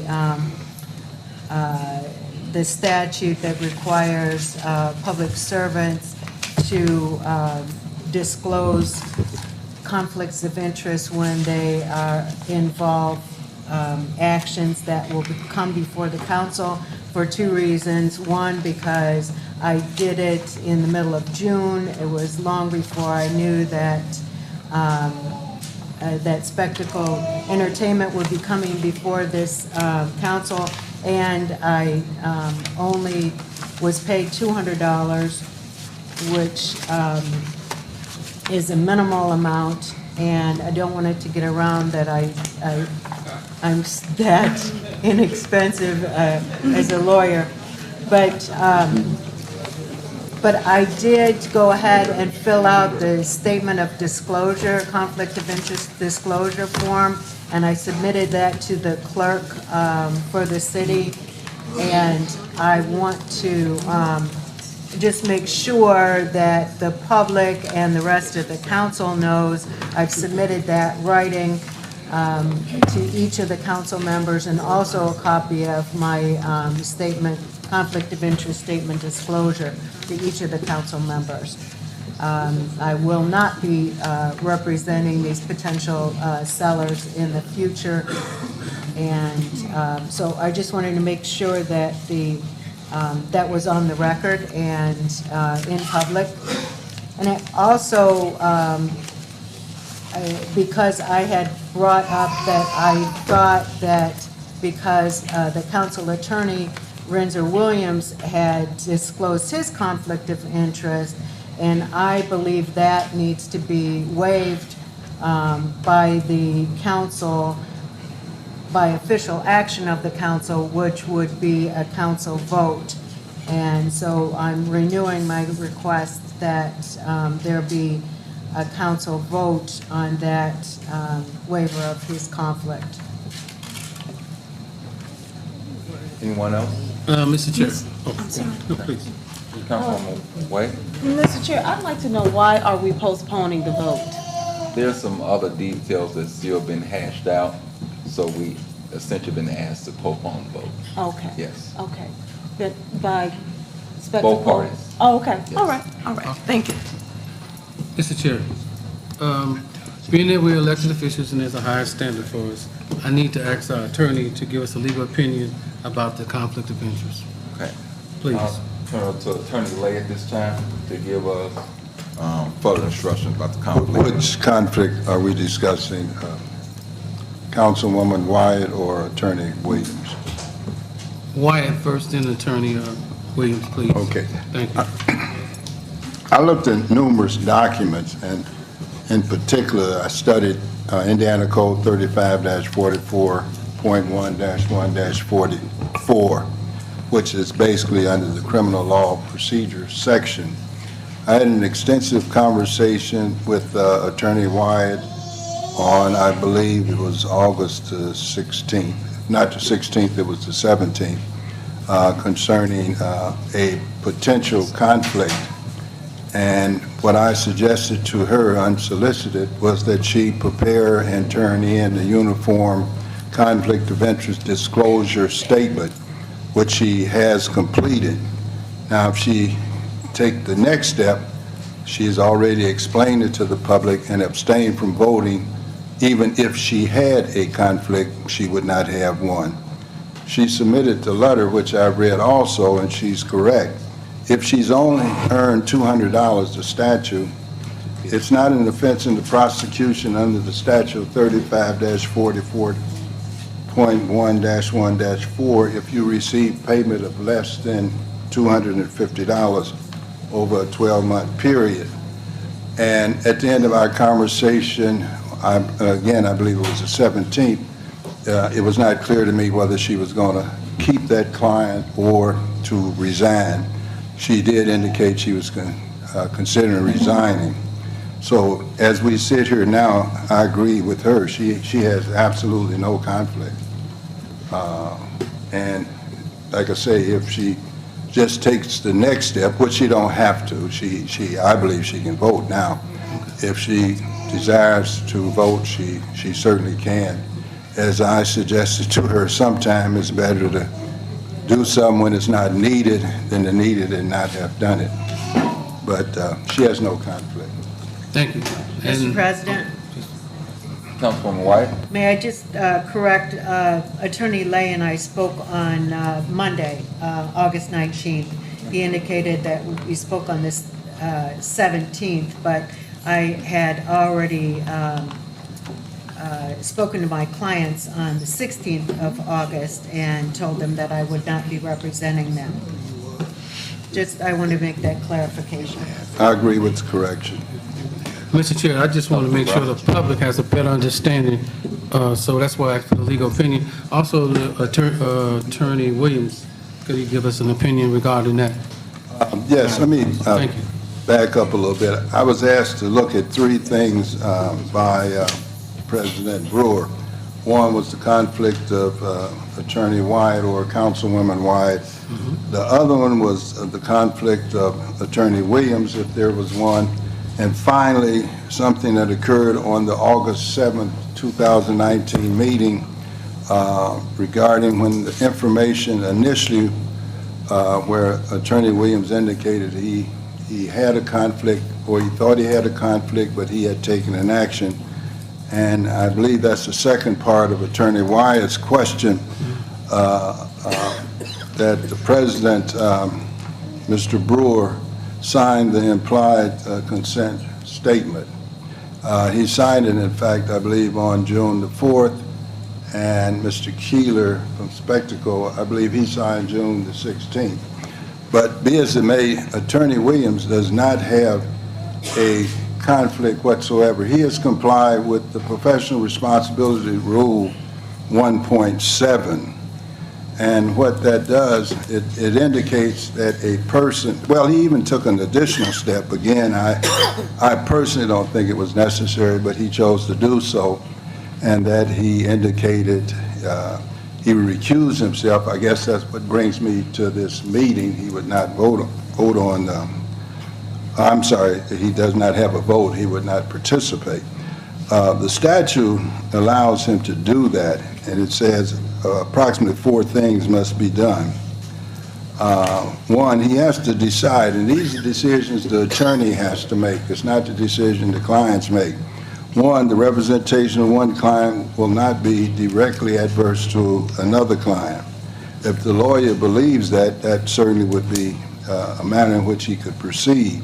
The second, the representation is not prohibited by law. There's no law that, in fact, causes a problem with concurrent representation of clients. that law was put in place for what Mr. Williams or Attorney Williams is doing. Representation does not involve the asserting of a claim by one client against another represented by a lawyer in the same litigation. Basically, talking about it would be a trial or some administrative hearing or proceeding where they would have conflicting goals. They certainly do not. The city council, the city, and I assume this community, as well as the gentleman who just made their presentation, everyone wants to see the casino go forward. But the final step must be an informed consent signed by the parties affected. Mr. Renza did do that. I also spoke to him at great length. I'm not going to attempt to give you the exact date because we spoke several times. I have looked at it, and certainly it seems to be sufficient to satisfy number 4, which is, it was explained, contained in there is certainly, he explains in the notice of disclosure that he's represented both parties, the city council and inspector. So in my opinion, there is no conflict, and he certainly has cured any potential conflict. Now, the final question I believe that Councilwoman Wyatt is raising, there was another gentleman that wrote an opinion, Mr. Greg Thomas, and part of what he looked at, I certainly agreed also. What I did was to go back and attempt to look at the videotape of the August 7, 2019 council meeting. Unfortunately, as has been explained to me, the first 30 seconds, something went wrong, so it's not on the video. It also is incomplete on Facebook. The council staff helped me go out on Facebook. I never would have been able to get out there myself. So we took a lot of time, and certainly it's been explained. I guess it's because of being here that caused the problem. But during the meeting, and I've talked to 4 people, and Corporation Counsel, Mr. Thomas, that's the other attorney, he gave me this scenario of how the event took place, what happened. He talks in terms of Attorney Williams indicating to the council in the public meeting that I guess he had a potential conflict and he would recuse himself, and I'm summarizing it. And at that time, President Brewer explained that he had signed this implied consent form. Now, Attorney Wyatt probably raises something that certainly would have been no problem doing had it been done correctly and at the time of the meeting. She says the council should vote. Well, what happened in any organization, any organization you pick, including the United States Senate, the chair is a very powerful individual, can in fact become a dictator or a tyrant if you do not use Robert rules or some procedure to stop that. I went back as far as 1960, so it's clear, and I have history with this council. I was on the council in '95, and we certainly adopted, it was adopted before '95, but we did it again in '95 because I suggested we use a book by Erickson, and we did. And Robert rules, in order to stop a chair from doing what you don't like, you have an opportunity to raise, it's called a motion to correct the decision of the chair. You can't do anything else after the chair informs you what the problem is but use that motion. You can't even debate it until that motion is made. The very next step after the chair informs you of that. At that time, as I understand it from a couple of people I spoke with, as well as this opinion from Corporation Counsel, Mr. Brewer did explain he had signed. I do not believe, based upon what I have been told, that the motion to appeal the decision of chair was made. Sometimes people get confused about why you make that motion. If the motion is made and properly seconded, the chair loses the right to make an independent decision. Like I said, a chair can be a dictator. It then goes to the assembly. Once that is not done, and I understand further that Mr. Brewer asked the council itself, were there any questions? And they, which is actually not the procedure that should be followed, but they said nothing again. So they basically were agreeing by their silence.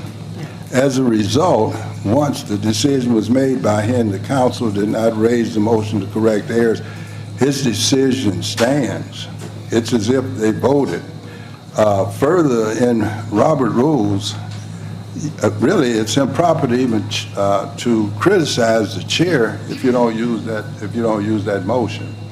That motion is there to help the chair when the chair may do something in error. Even if Mr. Brewer was in error, it still stands. Even if he was a dictator, it still stands. You must use that motion. So as far as I'm concerned, it was proper for him to sign. And I'm going to give you some more unsolicited advice. One thing you absolutely should understand as a body, if you don't know any other motion in Robert rules, is the motion appeal from the decision of the chair. That stopped a person being a tyrant. I hope that satisfies the council's questions. Yes, thank you. I'm satisfied. Questions, council members? I'm good. Councilman, I have another. let me go around, make sure. Okay. Is there any other questions, council members? We're still with overview. Okay. Councilwoman Wyatt, last round.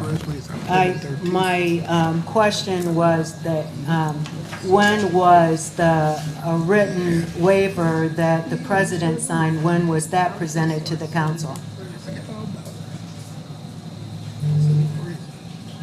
It wasn't presented, it was presented to myself, and at the last council meeting, Mr. Williams acknowledged on the floor that he had a conflict before we took any actions on this. So it was explained to everyone at that time in a public meeting. But the written consent to waive the conflict of interest was never presented to the full council. Councilwoman White, Attorney Lay just told you, if you had a problem with what I did, you could have did something at that time. We've moved past that point. I have never even seen the consent that you're supposed to I'll have make sure you signed. get it then. Well, But it you should didn't- be you- an wait. official action of the Councilwoman council. White, you didn't raise that question at the last meeting. You cannot go back now, that time has passed, but I'll make sure you get it. You had all week to call me, and you have not. You called me about some sewer stopped up in the neighborhood. You never once said anything about this. So you have my number, you had plenty of opportunity to talk to me about this. It But we're should moving be, forward. it Is there should be no other presented to the discussion? council as an Thank you all official at this act. time. Mr. President? Yes. Ratcliffe, Mr. Mr. Minneapolis, that you just give him 1 minute. Thank you, Mr. Ratcliffe. He is the owner of the New Spectacle Entertainment. Let's get back to business. Thank you, John. Thank you, President, Mayor, Council, and the public for being here. My name is Rod Ratcliffe. I'm the Chairman and CEO of Spectacle Entertainment. We are very excited about this project. Anybody knows anything about my past, I've been in this business since 1991. I helped Churchill Downs and I was partners with Hoosier Park. We opened the Lawrenceburg Casino in '95, and then I bought Hoosier Park, ran it in 2006, 2007, and they then acquired Indiana Grand, which is the other casino in central Indiana, in 2013. So I've been a long history, but this one here has been one of the most gratifying things I've been involved in, and it's a lot of, we put a year ago I was going to retire. I sold my company and I was going to retire, and someone called me and said, hey, you need to come to Gary. These boats have been for sale for a long time.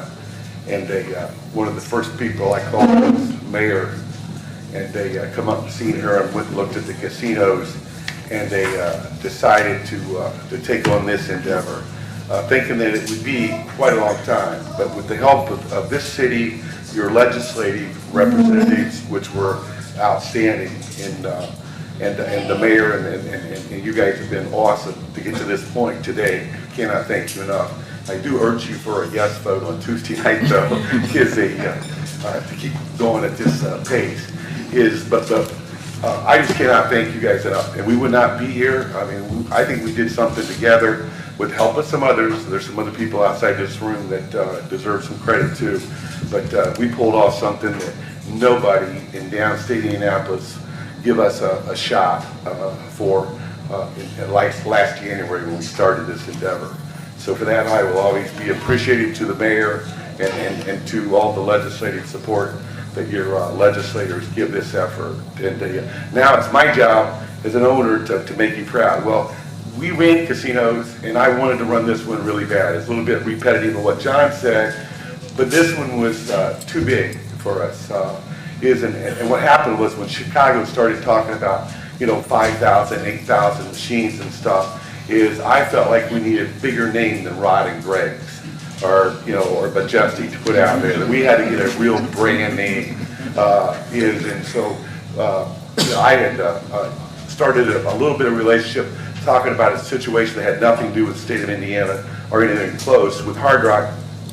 And I went over there and with a lot of hard work and a lot of pleading, we got a deal, and that's what we're most happy about. We think it will by far represent this community and put it in the Northwest Indiana and the Chicagoland as a destination and be a real game changer. I didn't think about this until about a week ago, and I was talking to the Rivers casino owners over there. They said, "You realize you'll be the first land-based casino in the Chicagoland market." And I said, "No, we have water under our boat." So that casino has got water under it. So we're really proud that if we keep going down this road and pull this off, that we will be the first land-based casino, and it's going to be out there with a beacon on that interstate that I think you're all going to be proud of, and we're going to be proud of, and that we can get a lot of business through there. And I think Buffington Harbor is, I think it's probably served you well for many years. The last few's not been great, but Buffington Harbor is awfully hard to find, and this is one for everyone to see and for everyone to visit and participate in. And I think we built it. I think they will come. So hey, thank you so much. I appreciate everything you guys have done so far, and let's try to get this thing done together. Thank you. Thank you.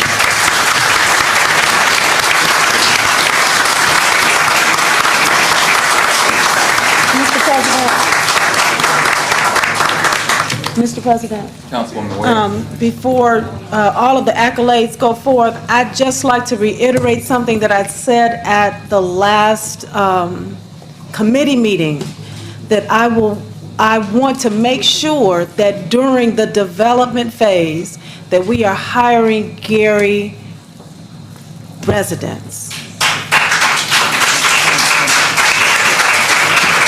We've been shut out of a lot of projects, the $35 million, $45 million building on 33rd and Broadway, 35th and Broadway. We've been shut out of the airport extension of the runway, and you guys are going to be making a lot of money. Hard Rock, Spectacle, you guys are going to be making a lot of money, and the citizens of Gary want to make a lot of money with you. Okay? Thank you.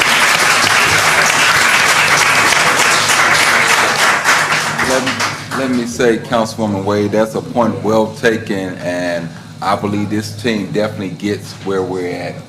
They have been meeting with community groups, been meeting with ourselves on making sure that these things that you talk about with the jobs and making sure that not just the jobs once the casino is up, but we're talking about the construction job of building this casino, that the citizens are involved in it. And I have to say, since this team has Rod and John and Janae, who run daily operations there, they have come in and they have really engaged themselves with the employees of Majestic Star. And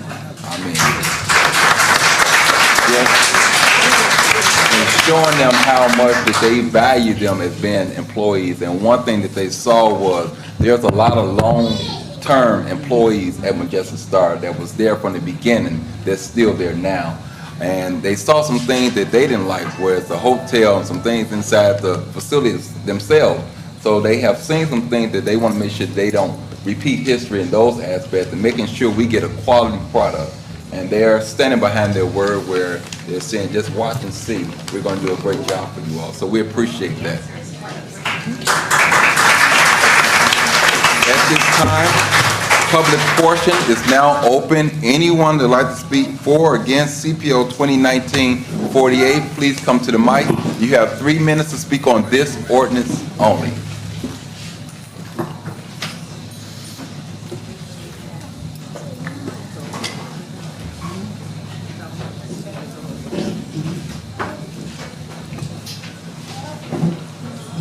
Good evening, everyone, and to members of the council. We are so glad to be here tonight. My name is Carolyn McCready, and I'm a member of the Committee for a Gary Community Benefits Agreement. And we are an organization that represents a lot of people. We represent civil rights organizations, labor, environmental, community organizations, and elected officials, including our own Councilwoman, Rebecca Wyatt, State Representative Reagan Hatcher, and Senator Eddie Melton. So we are very glad to be here tonight because this is the first time that I can remember that we have actually had a seat at the table.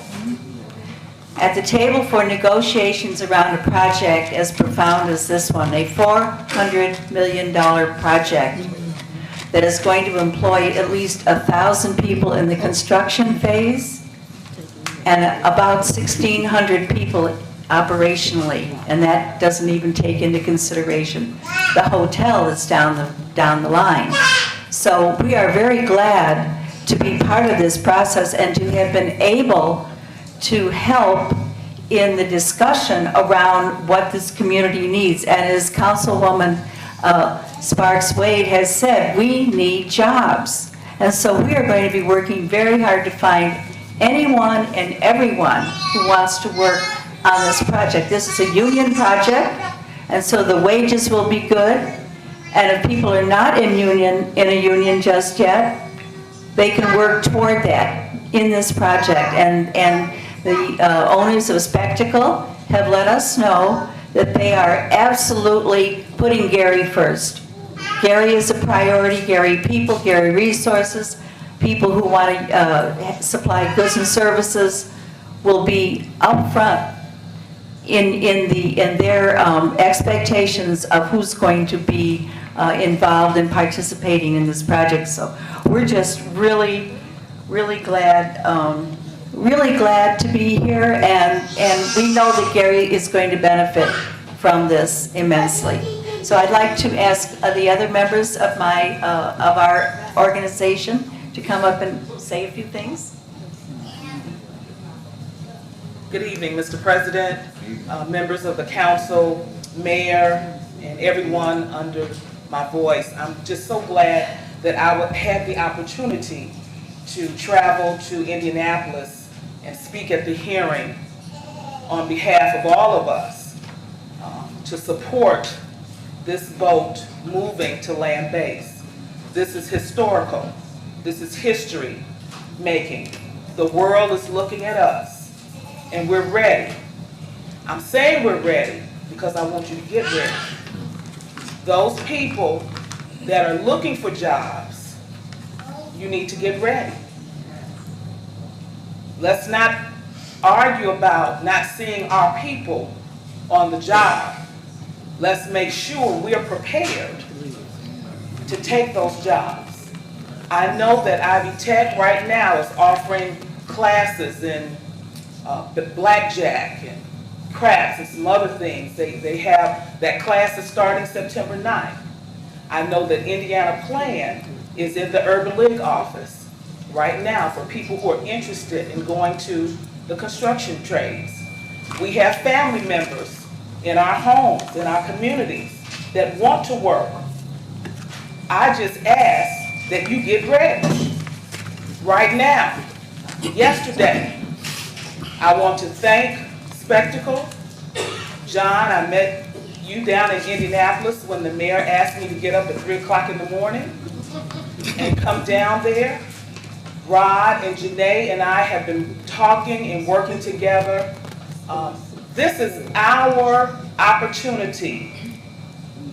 This is our opportunity, Gary, Indiana's opportunity, to do it right with a lot of concerned people and members. So I just want to thank Mr. President, thank all the members of the City Council, and all of you that have come out in support of this.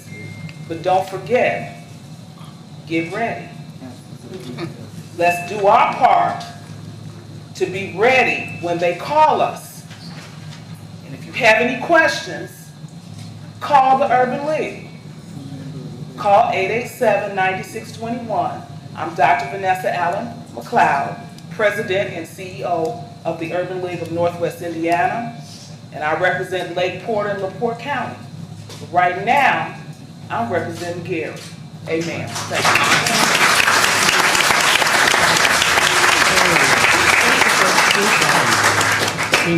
Good evening, Mr. President, members of the council, Madam Mayor. My name is James Brandon Dillon. I'm a local attorney, resident of the 4th District, and a member of Ms. McCrady's, it's the city, the Committee for a Community Benefits Agreement. We've been talking about this Community Benefits Agreement since the legislation was passed, and we've been meeting about a Community Benefits Agreement for the last 3 or 4 months. We've had meetings with clergy members, politicians, elected officials, and people who are interested in the success of the city of Gary. I'm happy to hear that Spectacle is committed to hiring Gary residents and to employing Gary residents in a meaningful way and a fair share of the jobs. And not only that, I've also heard that Spectacle is committed to training Gary residents to make sure that they are prepared to take the jobs that will be offered. So I rise in support of these ordinances because Spectacle is committed to the city. And if they're committed to the city, then we should be committed to them. And I rise in support of this.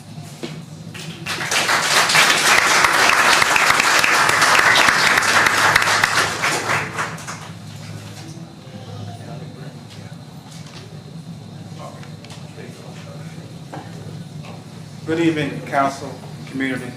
I rise in opposition to this ordinance and to the casino. Just thinking about the issues associated with gambling, the struggles that individuals have to deal with gambling, looking at the conditions of this community and how it has not improved since gambling has been here, looking at that all around the country in a lot of areas where gambling is.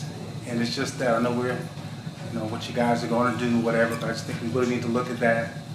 And, is there going to be a smoking area, non-smoking? It's going to be non-smoking. The employees have to work all throughout there. There's just some individual things of the community, the people, that we're going to suffer with this. Corporations are going to get rich, yes.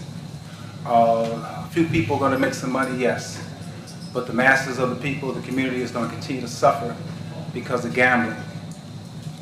Drinking, smoking, and gambling. When I came up, I was here. Drinking, smoking, or gambling are bad things, But of course, there's going to be plenty of drinking there, plenty of smoking, and gambling. Just got to say it. I just know how it is in terms of people getting addicted to gambling and the struggles that are associated. I look at the conditions, people not being able to pay their taxes. They got some extra money. Instead of taking that money to go spend at a local business or whatever, taking it to the casino, it's just wanted to put that in the people's head as you guys make your decision tonight. Thank you.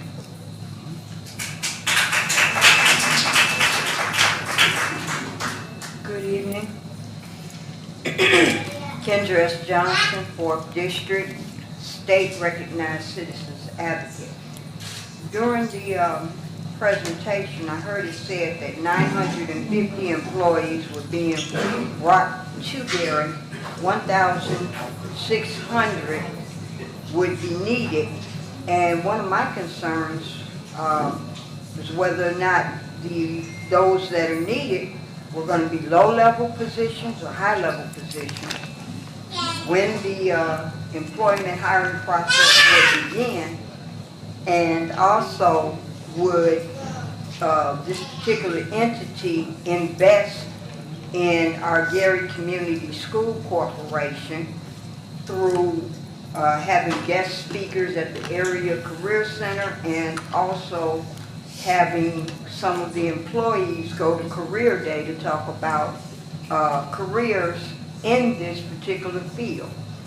As always, I'm always interested not just in the entity itself, but how it will invest in other areas that affect our city as well. Thank you.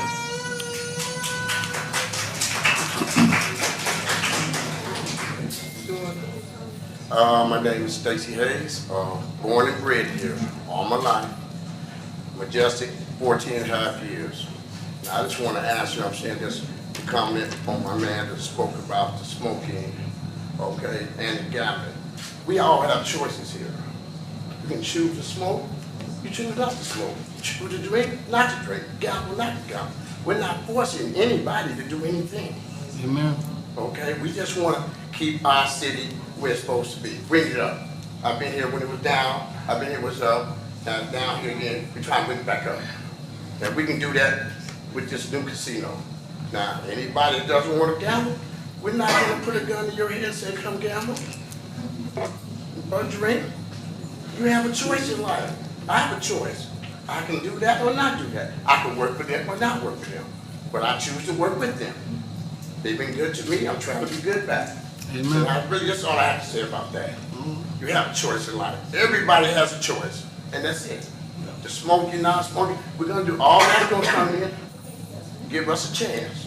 Let's get the ball rolling first before we talk about any negative. It's supposed to be a positive thing, right? Right. All right, but let's keep it positive. All right, my man.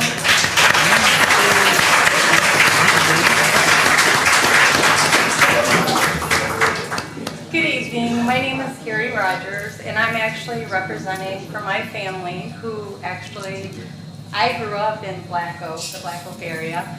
So I'm from Black Oak, and my family still lives in Black Oak. We love our community. We love, I love going back there. I don't live there anymore, but I love going back there and seeing my family, visiting with my family. Throughout the years, Black Oak has declined very much, and I think that this casino is going to be such an improvement and such a great thing for that community. And I welcome it because I think that just the overall look of it is going to improve everything around it. And I just appreciate that Rod and the whole group have come here to improve my community, and I personally think that it's a blessing, and what God made for evil, He'll turn to good, and that's how I feel. So.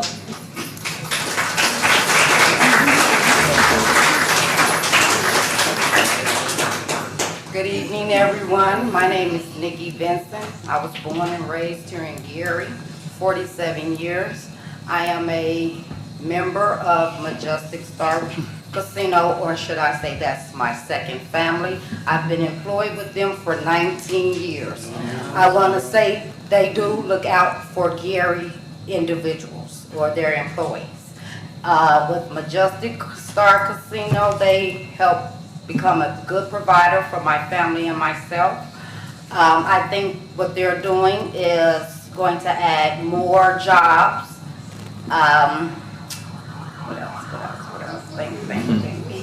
I'm a little nervous, excuse me. Not only better jobs for our family. When the hotel closed, they just didn't forget about us. I came from the hotel 19 years. They worked with us every single day until we were placed in positions. I am one of them. More money. Thank you, God.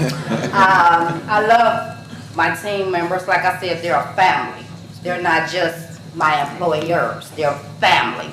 I'm with them with more than I am with my own family. They look out for us. The majority of the employees are from Gary, so they're not going to forget about us. and I am a witness to that. And that's all I have to say. I think I got everything. And you all have Seeing no one else. Margie, are you coming to speak? Okay.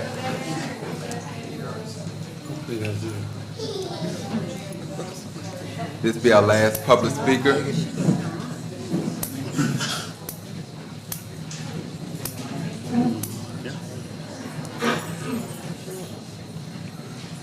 Good evening. I've been kind of busy, so this is the first time I've heard of how far this is now, so this is all news to me. I'm going to catch up in a second.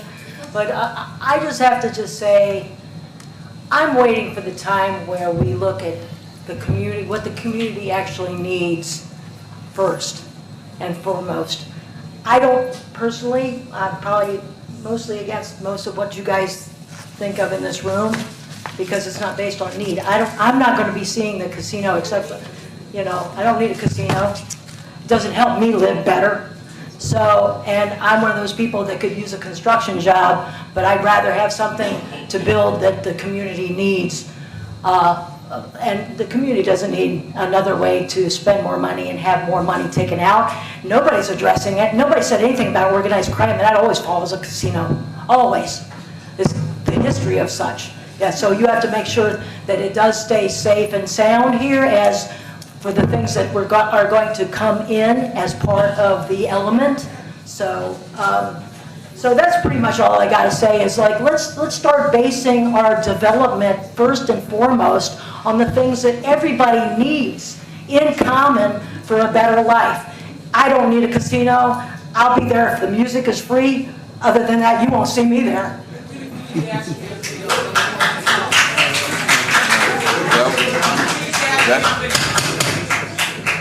That was our last public speaker. We're moving to our next ordinance. Public portion is closed, ma'am. Yes, I'm sorry. That was our last speaker. I made that earlier. Next ordinance.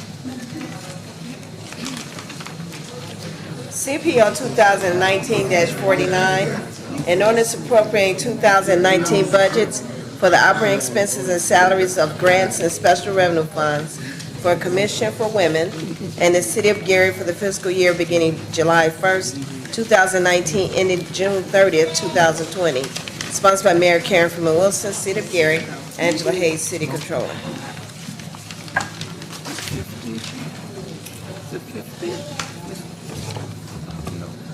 It's 49.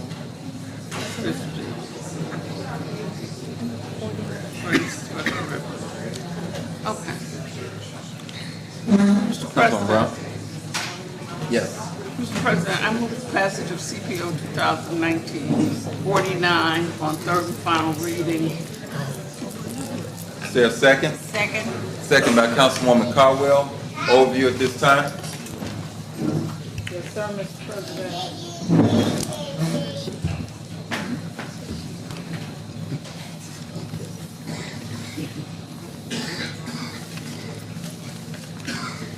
Mr. President and members of the council and members of the public, this is an ordinance for the Rainbow donation account. We had donation funds that were still sitting in the account that were donated in December of 2018. They're going to be utilized for the staff to attend the Indiana Coalition Against Domestic Violence and to renew a subscription to the national organization.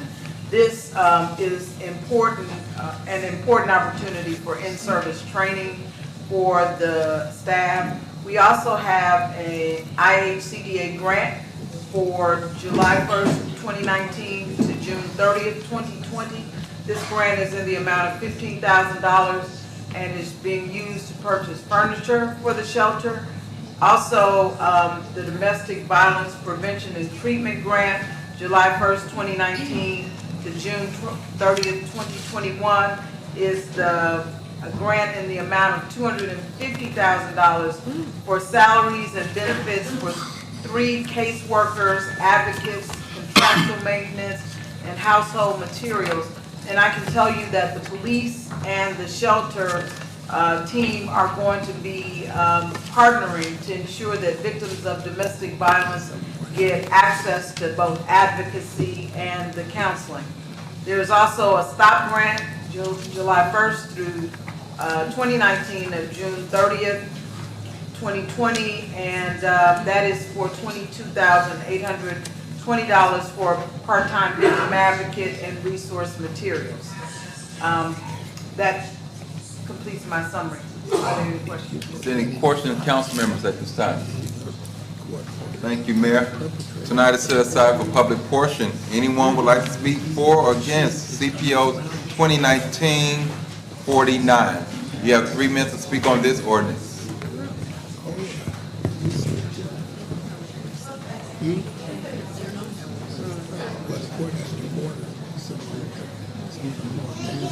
Good evening, Kendra Johnson, 4th District, Citizens Advocate.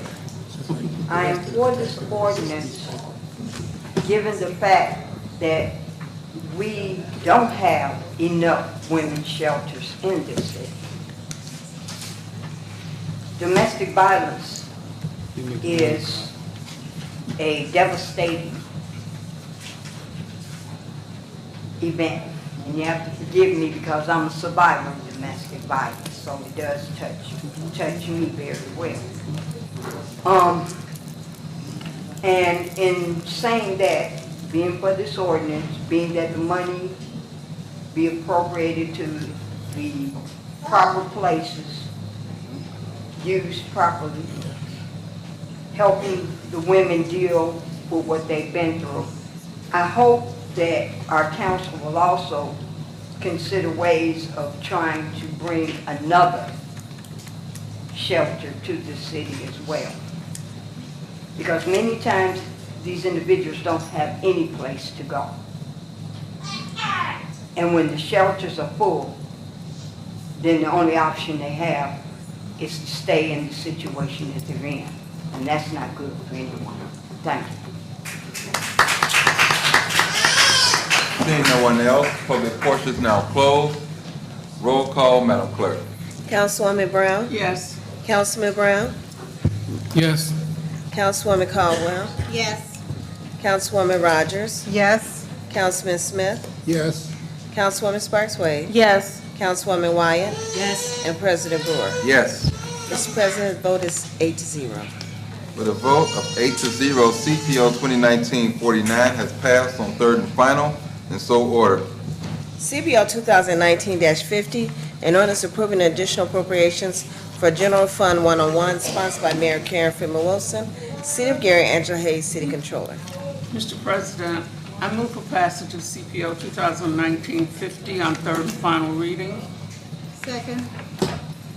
Been moving properly second. Overview at this time.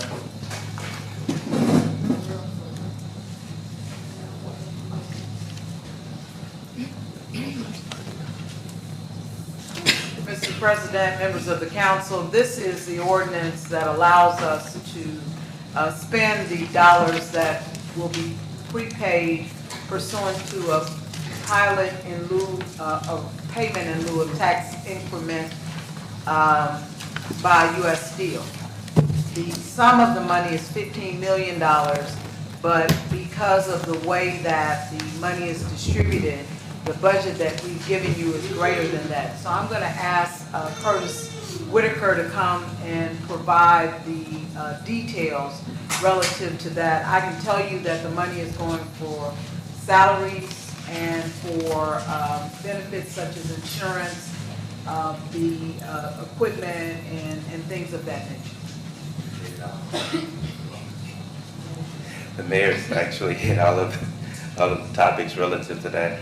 It's $15 million. The way that the information is provided to the Department of Local Government and Finance, it looks at cash availability at a point in time. And so we looked at cash at January 1st, which is a lot different than it was back in June, and that gives us the ability to request the amount that you have in front of you, which I believe is about $28 million. And you have also the information on how those dollars are going to going to be spent by the administration. And I'd be happy to answer any questions that you may have at this time. Is there any question by any council members at this time? Mr. President, Councilwoman Wyatt. is that January 1st of 2019? Yes, ma'am. Okay, thank you. Any other council members? Thank you, Ms. Whitaker. Thank you. At this time, public portion is set aside. Anyone would like to speak for or against CPO 2019-50? You have 3 minutes to speak on this ordinance. Yes, good evening, Mr. President, members of the council. My name is Jim Nowacki. I live in the 1st District.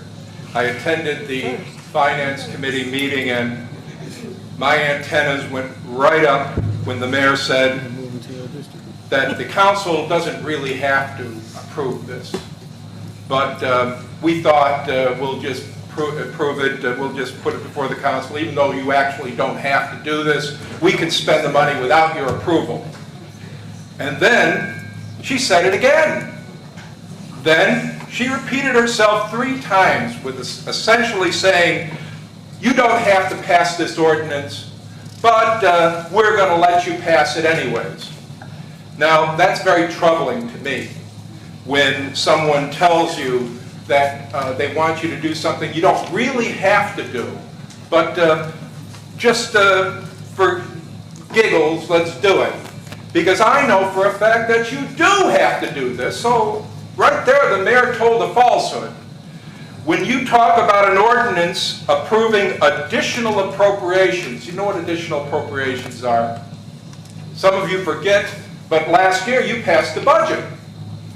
X amount of money coming in, X amount of money going out, and had a very detailed explanation for how it was supposed to be spent. Well, the mayor came at that time and said, we're just going to put in an artificial budget this year. We'll fill in all the blank spots later. And we know that that was not an approved way to have this thing done. I would expect the council to do this. Go back to the administration and say, don't give us a $28 million budget when you're telling us you've only got $15 million to spend, and just and you're going to be out of office in just 16 weeks. That's $1 million a week. And all we would expect is the council to do your job. Hold the administration responsible. Give us a detailed budget for how the money's going to be spent. Not, oh, 10 million for this, 20 million for this, 30. That's just the wrong way for you to execute your responsibilities as the fiscal body for the city of Gary. So I'm going to ask the council not to approve this. You don't have to do it anyways. Ask the mayor. She's an attorney. You don't have to do this. She can come to the council every single meeting and tell you how she's going to spend money at that meeting. Not before you authorize it. She should explain to you that if these are new appropriations, what those appropriations are. And she shouldn't expect you to just take it on faith, because I don't believe her. Seeing no one else, public portion is now closed. Mr. Whitaker. Mr. President, members of the council, I shared with the mayor after having specific conversations with the Department of Local Government and Finance, who will ultimately approve, if you approve this ordinance, they will ultimately approve it. The one unique thing about the $15 million is that the dollars are coming from a bond. And when dollars come from a bond, the mayor is right, they typically do not have to go through this appropriation process. But in discussions with Fred Van Dorp at the Department of Government and Finance, they shared with us that this is a unique situation, and we are providing them with information relative to how U.S. Steel and the bond is being issued.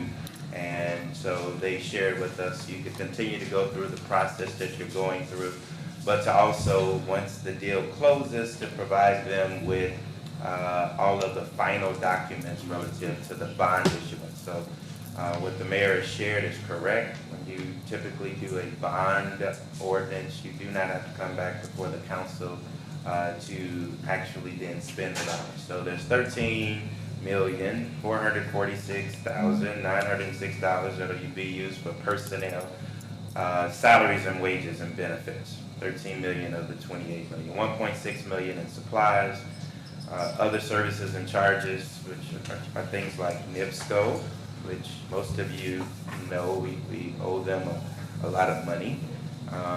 Indiana American Water, AT&T, so $12.3 million to that. And then there's some money that was borrowed, $1.2 million from the wheel tax fund that needs to be repaid. That's included here, and that makes up the $28,546,906 that is being requested by the administration relative to this ordinance.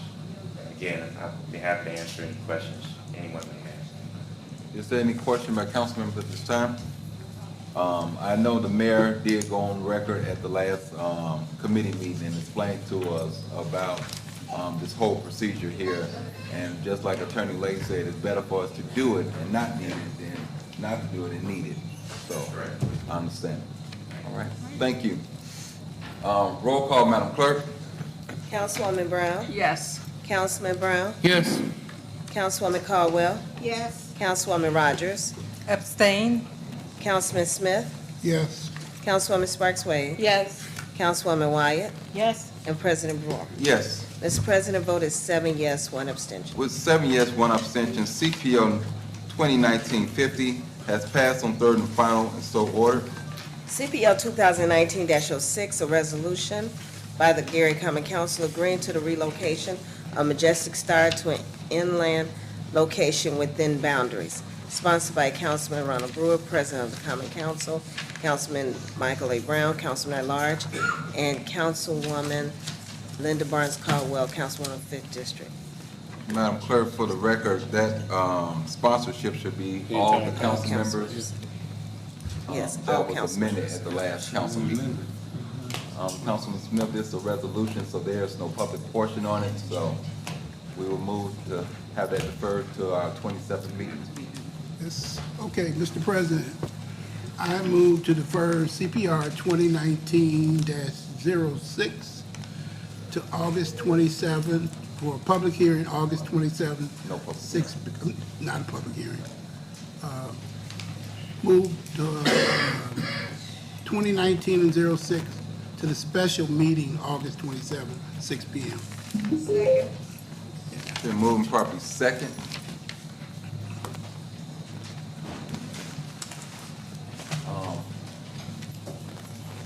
That will end third and final. Oh, Mr. President, pending ordinance and resolutions on third and final. Council the ordinance and resolution on second reading. CPO 2019-51, an ordinance approving salaries and operating budgets for the City of Gary's Community Development Block Grant Program, Program Year 2019, Emergency Solutions Grant Program, Program Year 2019, Home Program, Program Year 2019, and approving budgets for the foreclosure program, sponsored by Mayor Karen Freeman Wilson, City of Gary, Angela Hayes, City Controller, Community Development Division, Department of Commerce. Mr. President, Councilman Brown. I move for passage of CPO 2019-51 on second reading. Finance Committee meeting on Tuesday, August 27th at 5:30 p.m.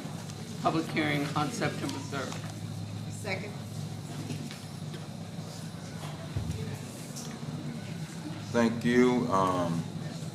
Moving properly second. Roll call, Madam Clerk. Councilwoman Brown? Yes. Councilman Brown? Yes. Councilwoman Caldwell? Yes. Councilwoman Rogers? Yes. Councilman Smith? Yes. Councilwoman Sparks Wade? Yes. Councilwoman Wyatt? Yes. And President Brewer. Yes. Mr. President, the vote is 8-0. With a vote to 8-0, CPO 2019-51 is moving to the Finance Committee August the 27th at 5:30 and a public hearing September the 3rd at 6 p.m. Let me just say for the record, that meeting will not be allowed since we will have a special council meeting here. That meeting will be here, so that way we're not running all over the place. so that the committee meeting will be here at 5:30, and we will go right into the special meeting after that. 5:30, 5 o'clock, which one? 5:30. Mr. Chair, 5:30. 5:30. Okay, Brown. All And right, let's do this for the record, so we all be on the same page before it get recorded properly. Can I have a motion to have the special meeting on the 27th at 6 p.m. right here at Art House? Mr. President, I move that we have a special meeting on September 27th at 6 p.m.? Yes. At 6 p.m. Second. Been moving properly second. Mr. Chair, August 27th. August 27th, yes. She said September. Yeah, August 27th. Okay, August 27th, what did I say? They've been moving properly second by Councilwoman Caldwell. Roll call, Madam Clerk, on special meeting. Councilwoman Brown? Yes. Councilman Brown? Yes. Councilwoman Caldwell? Yes. Councilwoman Rogers? Yes. Councilman Smith? Yes. Councilwoman Sparks Wade? Yes. Councilwoman Wyatt? Yes. And President Brewer. Yes. Mr. President, the vote is 8-0. Vote 8-0. Council next meeting will be a special meeting on the 27th of August at 6 p.m. right here at Art House. Mr. Chair, Councilman Brown. there's no public portion on that meeting. There's no public portion. We already have had that hearing tonight, so it will just be a vote of the council. Thank you, Mr. Chair. Yes. At this time, we will have the mayor's report.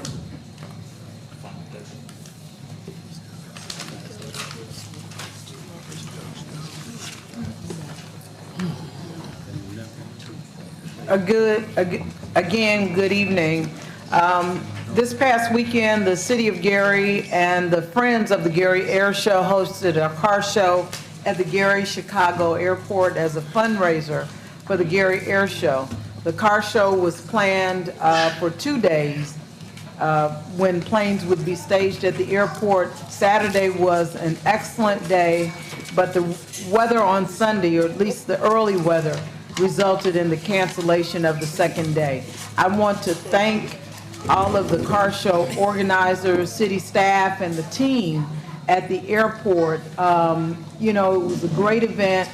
We know that events like that won't necessarily support the air show in its entirety, but we also know that having citizens involved in the planning and the support funding of the airport is significant. And so we want to thank the community for their efforts. On Monday, August 12th, we hosted a delegation from the National League of Cities and Facebook in a day-long session.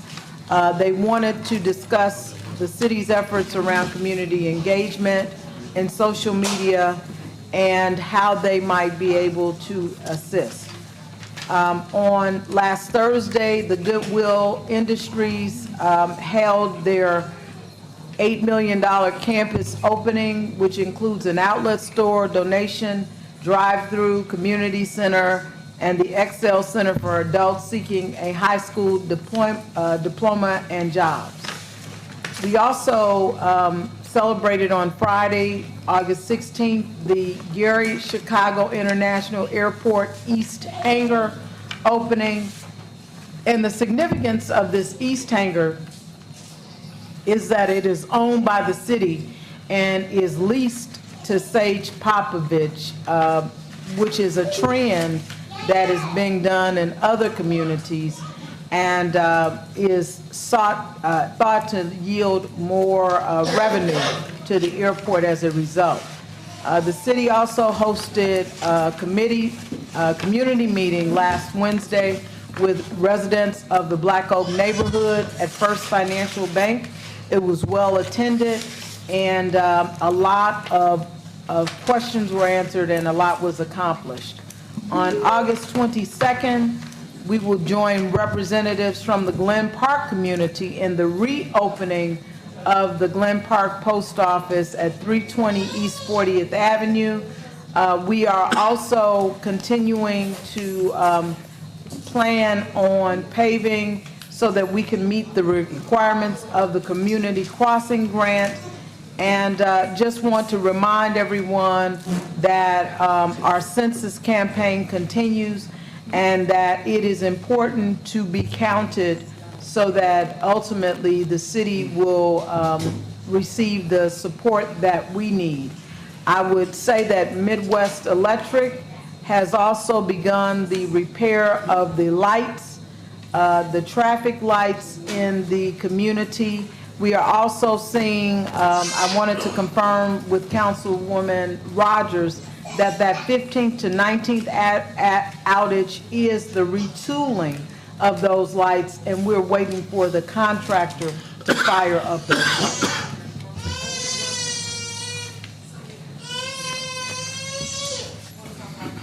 Are there any questions? Question by any council members at this time? Yes, Mr. President. Councilwoman Rogers? Mayor, at the last council meeting, you spoke about the bridge that will be completed sometime next month over Central Avenue. Some time ago, residents in the Marshalltown community were concerned about the condition of the road as a result of all of the heavy traffic and the work that was done by the state on that bridge.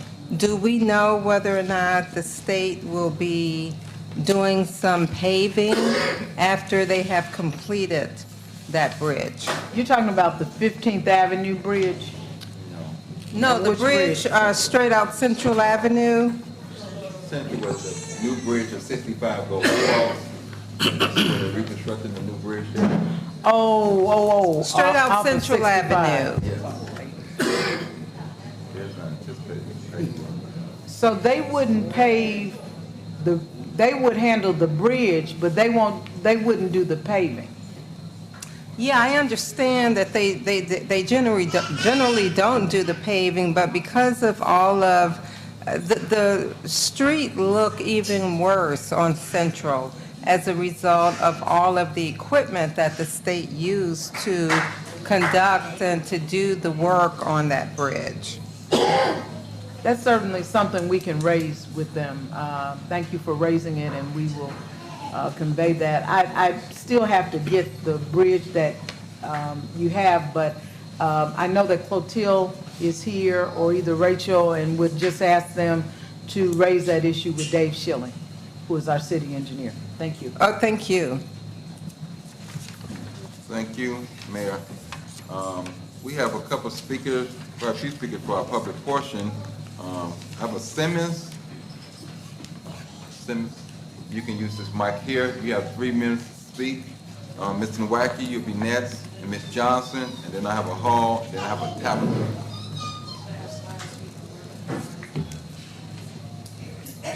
God, most gracious, most compassionate. My family has felt a bit disrespected. We've been here for quite some time, waiting to be heard. Our chest is filled with grief. I'm sure your Robert Rules of Order would have allowed you to table certain business until you allowed us to get that pressure off of our chest.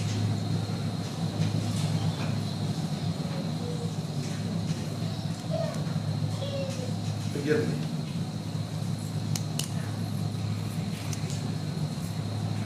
We spoke about the casino. We spoke about everything other than a life being taken. So I sat there and I said to myself, I guess capitalism prevails again. And to the gentleman who asked, was there any questions concerning the Hard Rock Cafe and the casino? My question is, could you place in your proposal providing the Gary Police Department with cameras? Because they need them. That could be part of the proposal.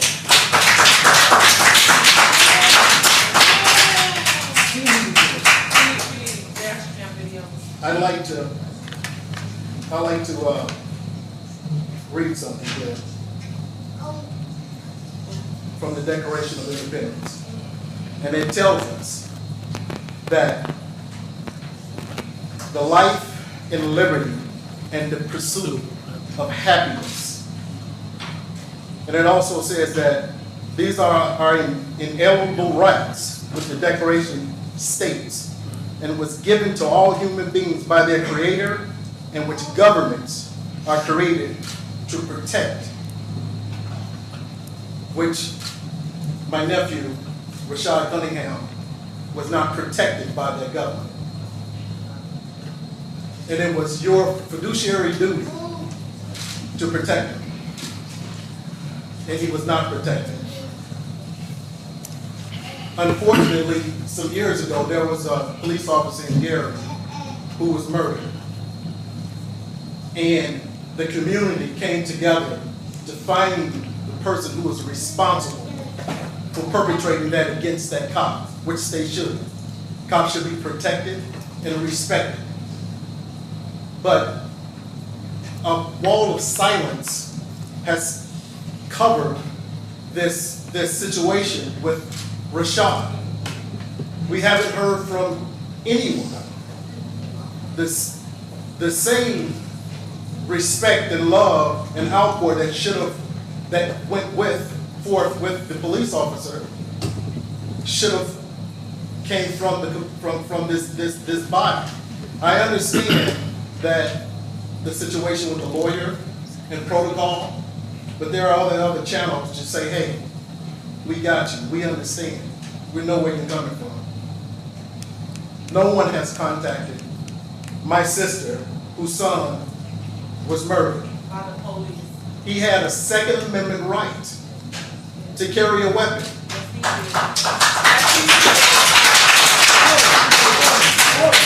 His pursuit of happiness is gone. He was trying to provide for his children, whom he loved. They would never see their father again. And we were simply asking this board to just answer some simple questions. If you could have tabled that business just to hear us. Thank you.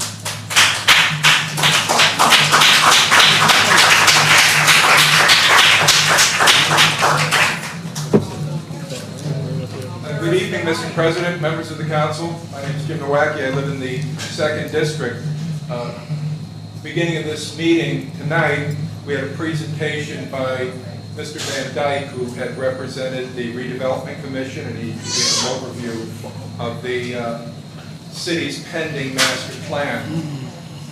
Included in his comments was that among the critics of the planning process in the past, and he mentioned me by name, my ears of course perked up, and I had to listen very carefully to what he was saying to see how he was going to address the complaint that he acknowledged in the room, that people see this planning process over a period, according to his presentation, going all the way back to 1964.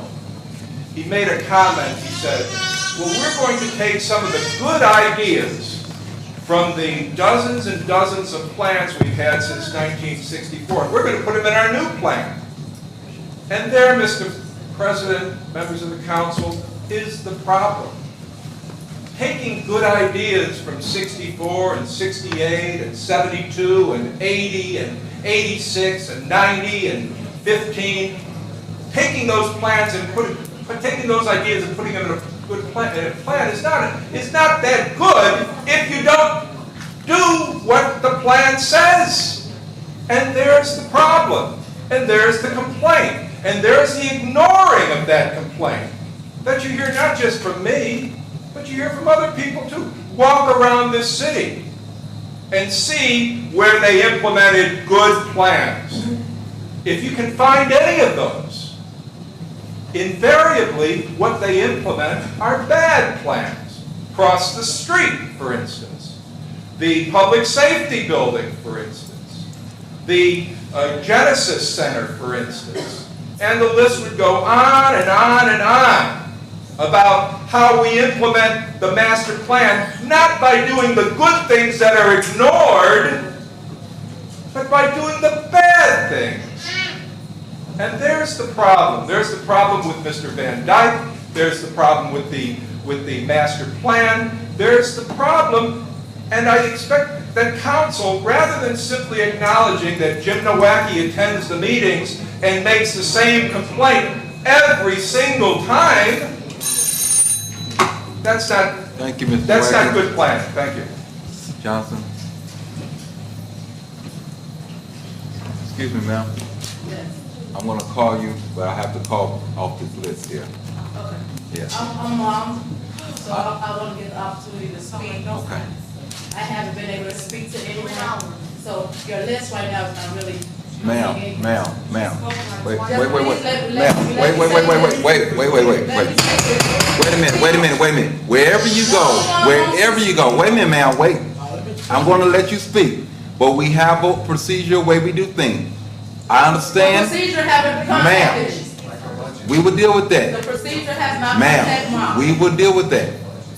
Ms. Johnson, Excuse me, ma'am, are you scrolling on your phone back here? ma'am, in this room here, there's only one person that's in charge, and I will clear this room if I have to.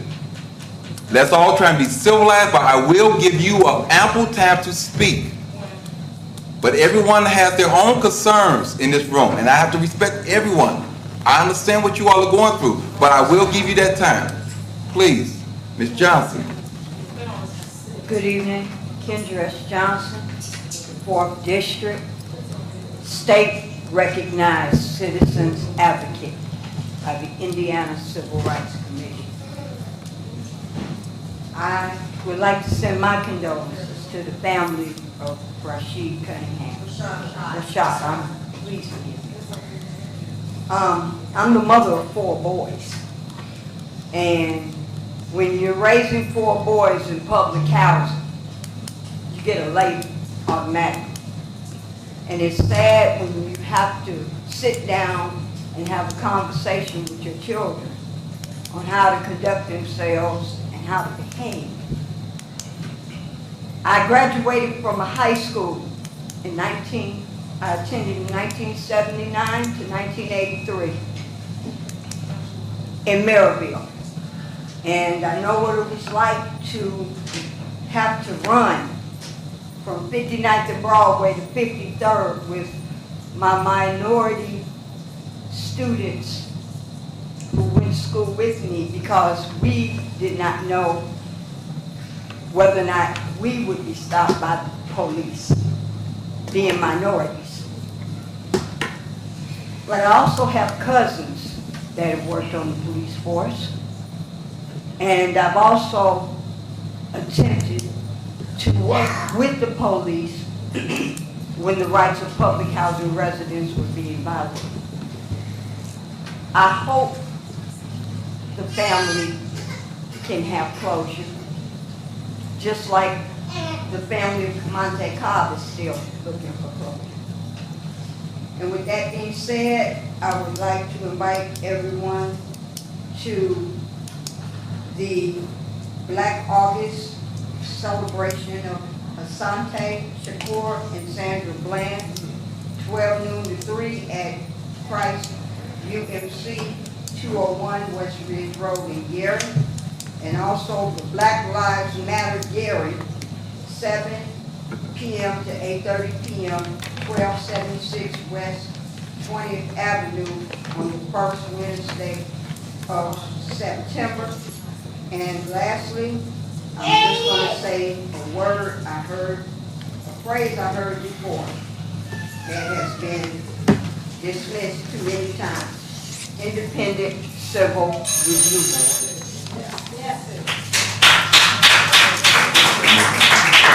Hall.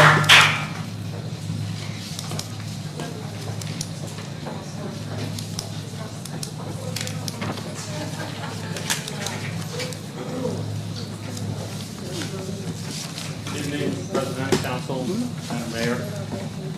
A few months ago, when this council appointed me to the Redevelopment Commission, I was specifically asked to provide timely information on the activities of the commission. I endeavored to provide that communication to the council, and incidentally, this meeting is canceled, so you're not going to get any more information for another few weeks.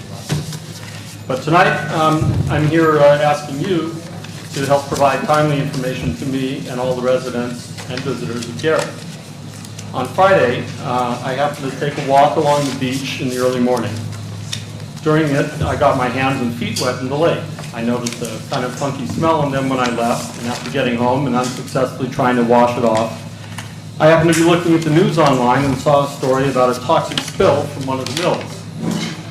The rest of my Friday morning was spent agitating over the possibility that I was exposed to toxic chemicals. For most of an hour, I called every agency I could think of to find out what was happening and if I should be seeking treatment. The results were frustrating and disturbing. From the city, to the county, to the state, to the federal level, I encountered voicemails, none of which was ever returned, uninformed staff, misdirection, and callous responses. I was referred to news reports, which were already, what had alerted me to the problem in the first place, to websites which displayed error messages. The single piece of helpful information I got out of my entire effort was a poison control person who told me not to worry because if I had been exposed to cyanide, I would already be dead. This is not, no.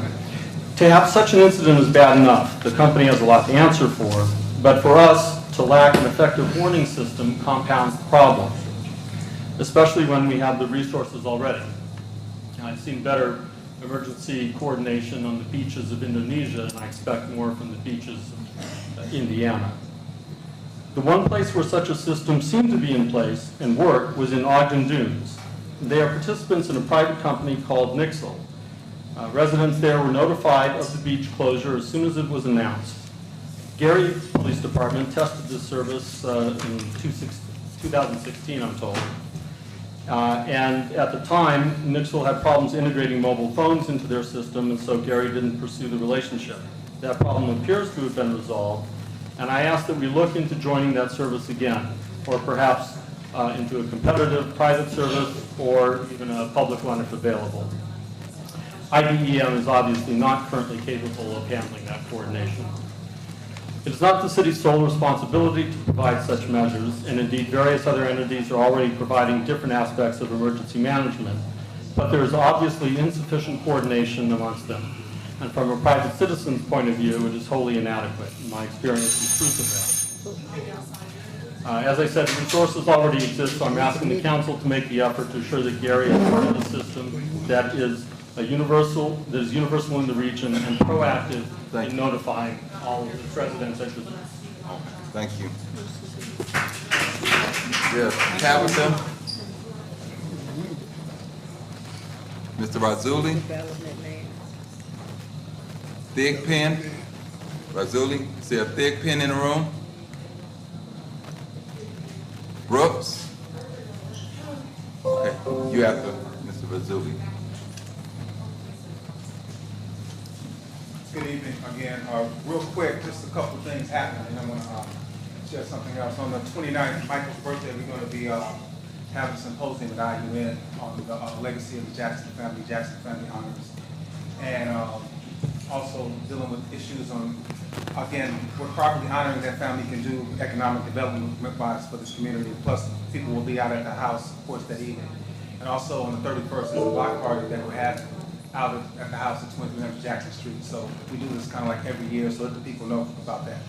Also, Sister Johnson mentioned Black August. So 1619, 400 years ago, this year, like this week, is when the first Africans were brought over here, been enslaved, been oppressed for all these years.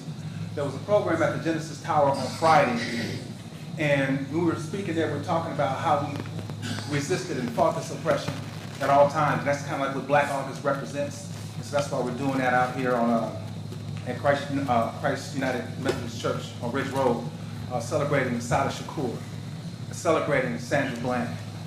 And Sandra Bland resisted and was, as we all know, killed.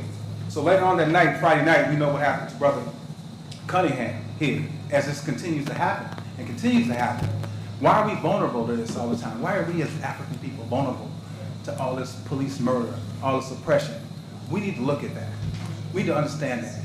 What's happening with all of that all the time? We asked for several years ago, Citizens Review Board, and a couple years ago, I think, and I know, Mayor, you had meetings all around the community in different areas concerning that, but then it went nowhere. Just in New York, the cop that choked Eric Garner to death he got off, but he was fired today. And the reason why he was fired because their Citizens Review Board, independent review board, I might add, they also got the information of what happened. They had that stuff in their hands. So like the police or their commissioner may hide that information, the citizens, the independent citizens were not. So he could not stay on the force because they knew exactly what he had done. And so we want some swift answers on this. And we're tired of this. It was like last September when the brother was in front of his house out in Etna and was shot and killed by the police. This brother was in front of his house. In front of his house. He should have been left alone. You know, we're over-policed. I know we complain about having a lack of police in this community, but we're over-policed. We're over-policed in Gary, too. If we talked about the jobs, and we know this is a lot of this crime, this economic development. If we had these jobs, these police need to be doing some of these other jobs. So we want swift answers on this. You know, if this dude is found where he was wrong, he needs to be brought to justice right away and made an example of it. We need an independent civilian review board to look at what's happening in our community. Thank you.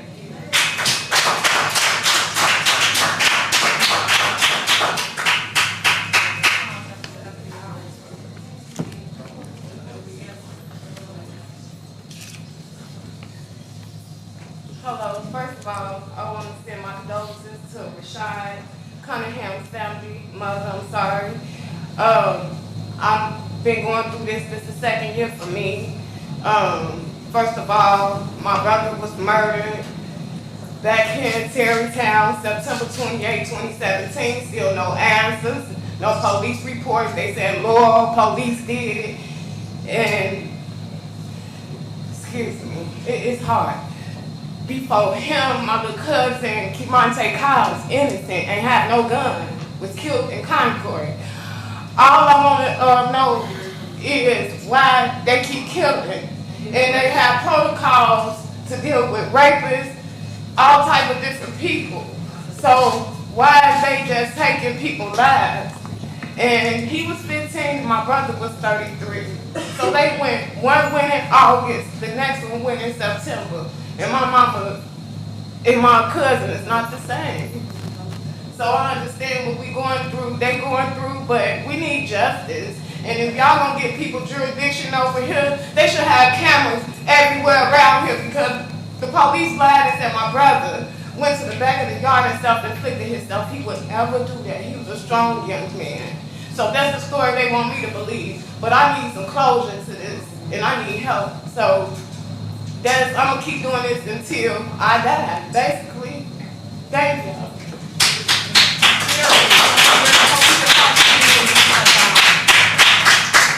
Ms. Simmons and Ms. Fox.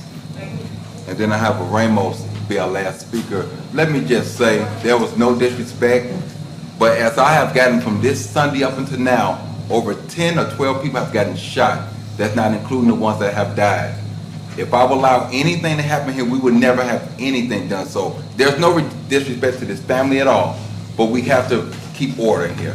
So please, I'm going to give you additional time if you need it, but please go ahead, ma'am. Okay, first I want to say that I have not been connected with the mayor, with the Gary Police Department, with Lake County. No one wants to talk to me about anything that happened when it came to my son. So, since I'm not getting answers, I have questions. Yes, we do. A lot of them need to be. Ma'am, I need her to talk first. When will the city formally give the names to the police officers that were involved? Formally. Does the city have any video evidence at all? Can we hear the dispatch recordings? Does the officers have a mental evaluation before becoming employed as an officer?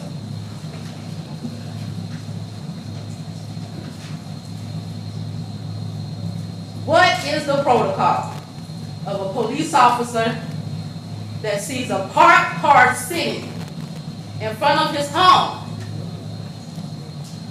of their residence. What is the protocol of that? Is it allowed? Where is the money going? If the police officers can have dash cams and videos to help protect, because my son needed protection that morning from a police officer.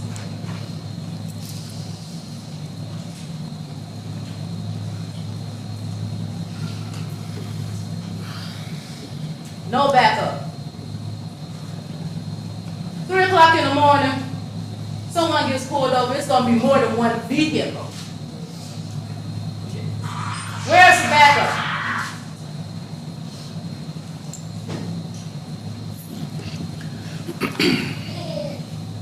And I do want to say this.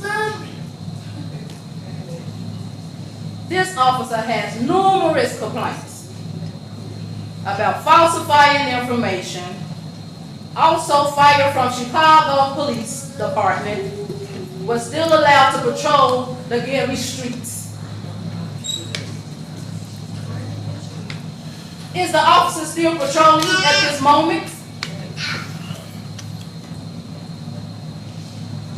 Why was Isaiah Price, the man that killed my only son, allowed to still patrol the streets, considering the complaints that were filed against him from numerous incidents? Why?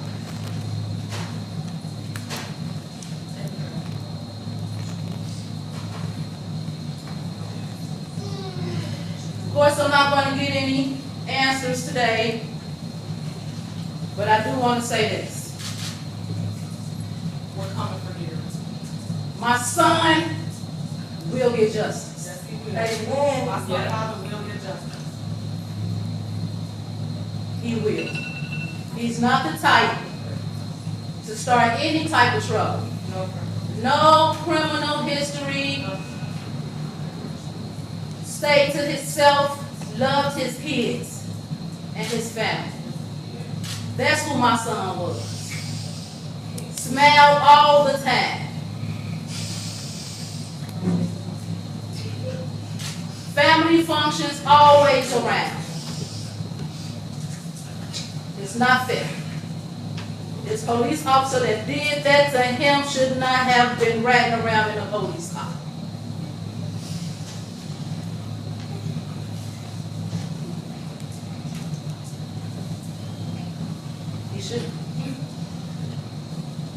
Justice for my son. No justice, no peace. No justice, no peace. No justice, no peace. You don't find out what happened in Ma'am, can you take the mic? And we do, they say that there's no dash cam videos and information like that, but we did pull up an article where Gary Police Department was using dash cam videos in 2015. Body cam videos. So we do want answers on that. Why she said we can't afford that, but we can afford a casino. How can we afford, like, I'm not understanding. It's been more than 72 hours. We don't have an answer, nothing, nobody. She never reached out to us. She made a Facebook status.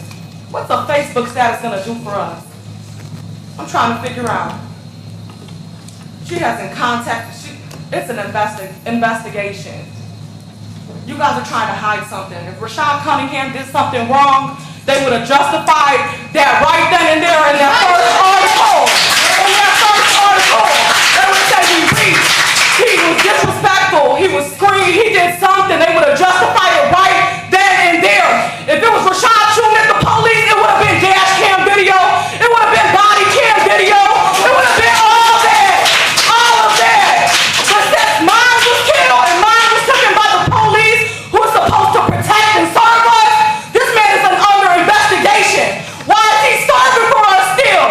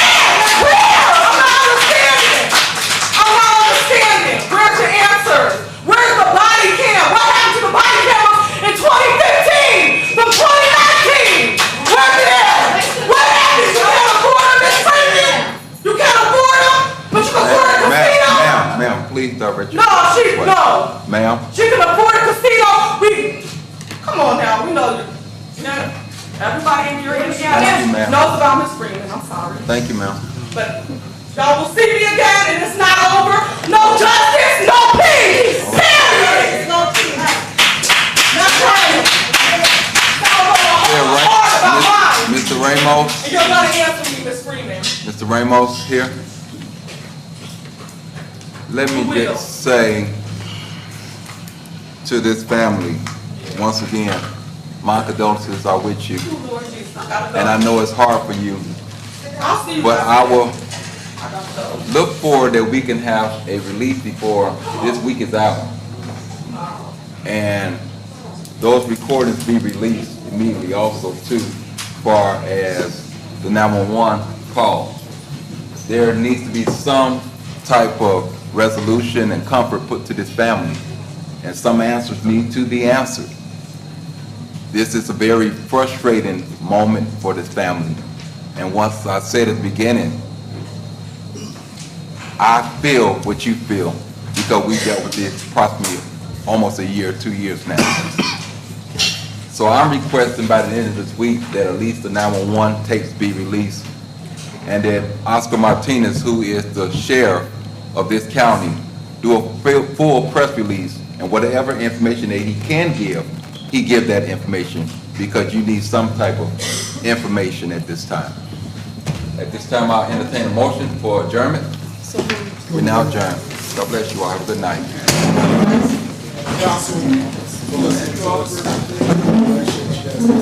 Thank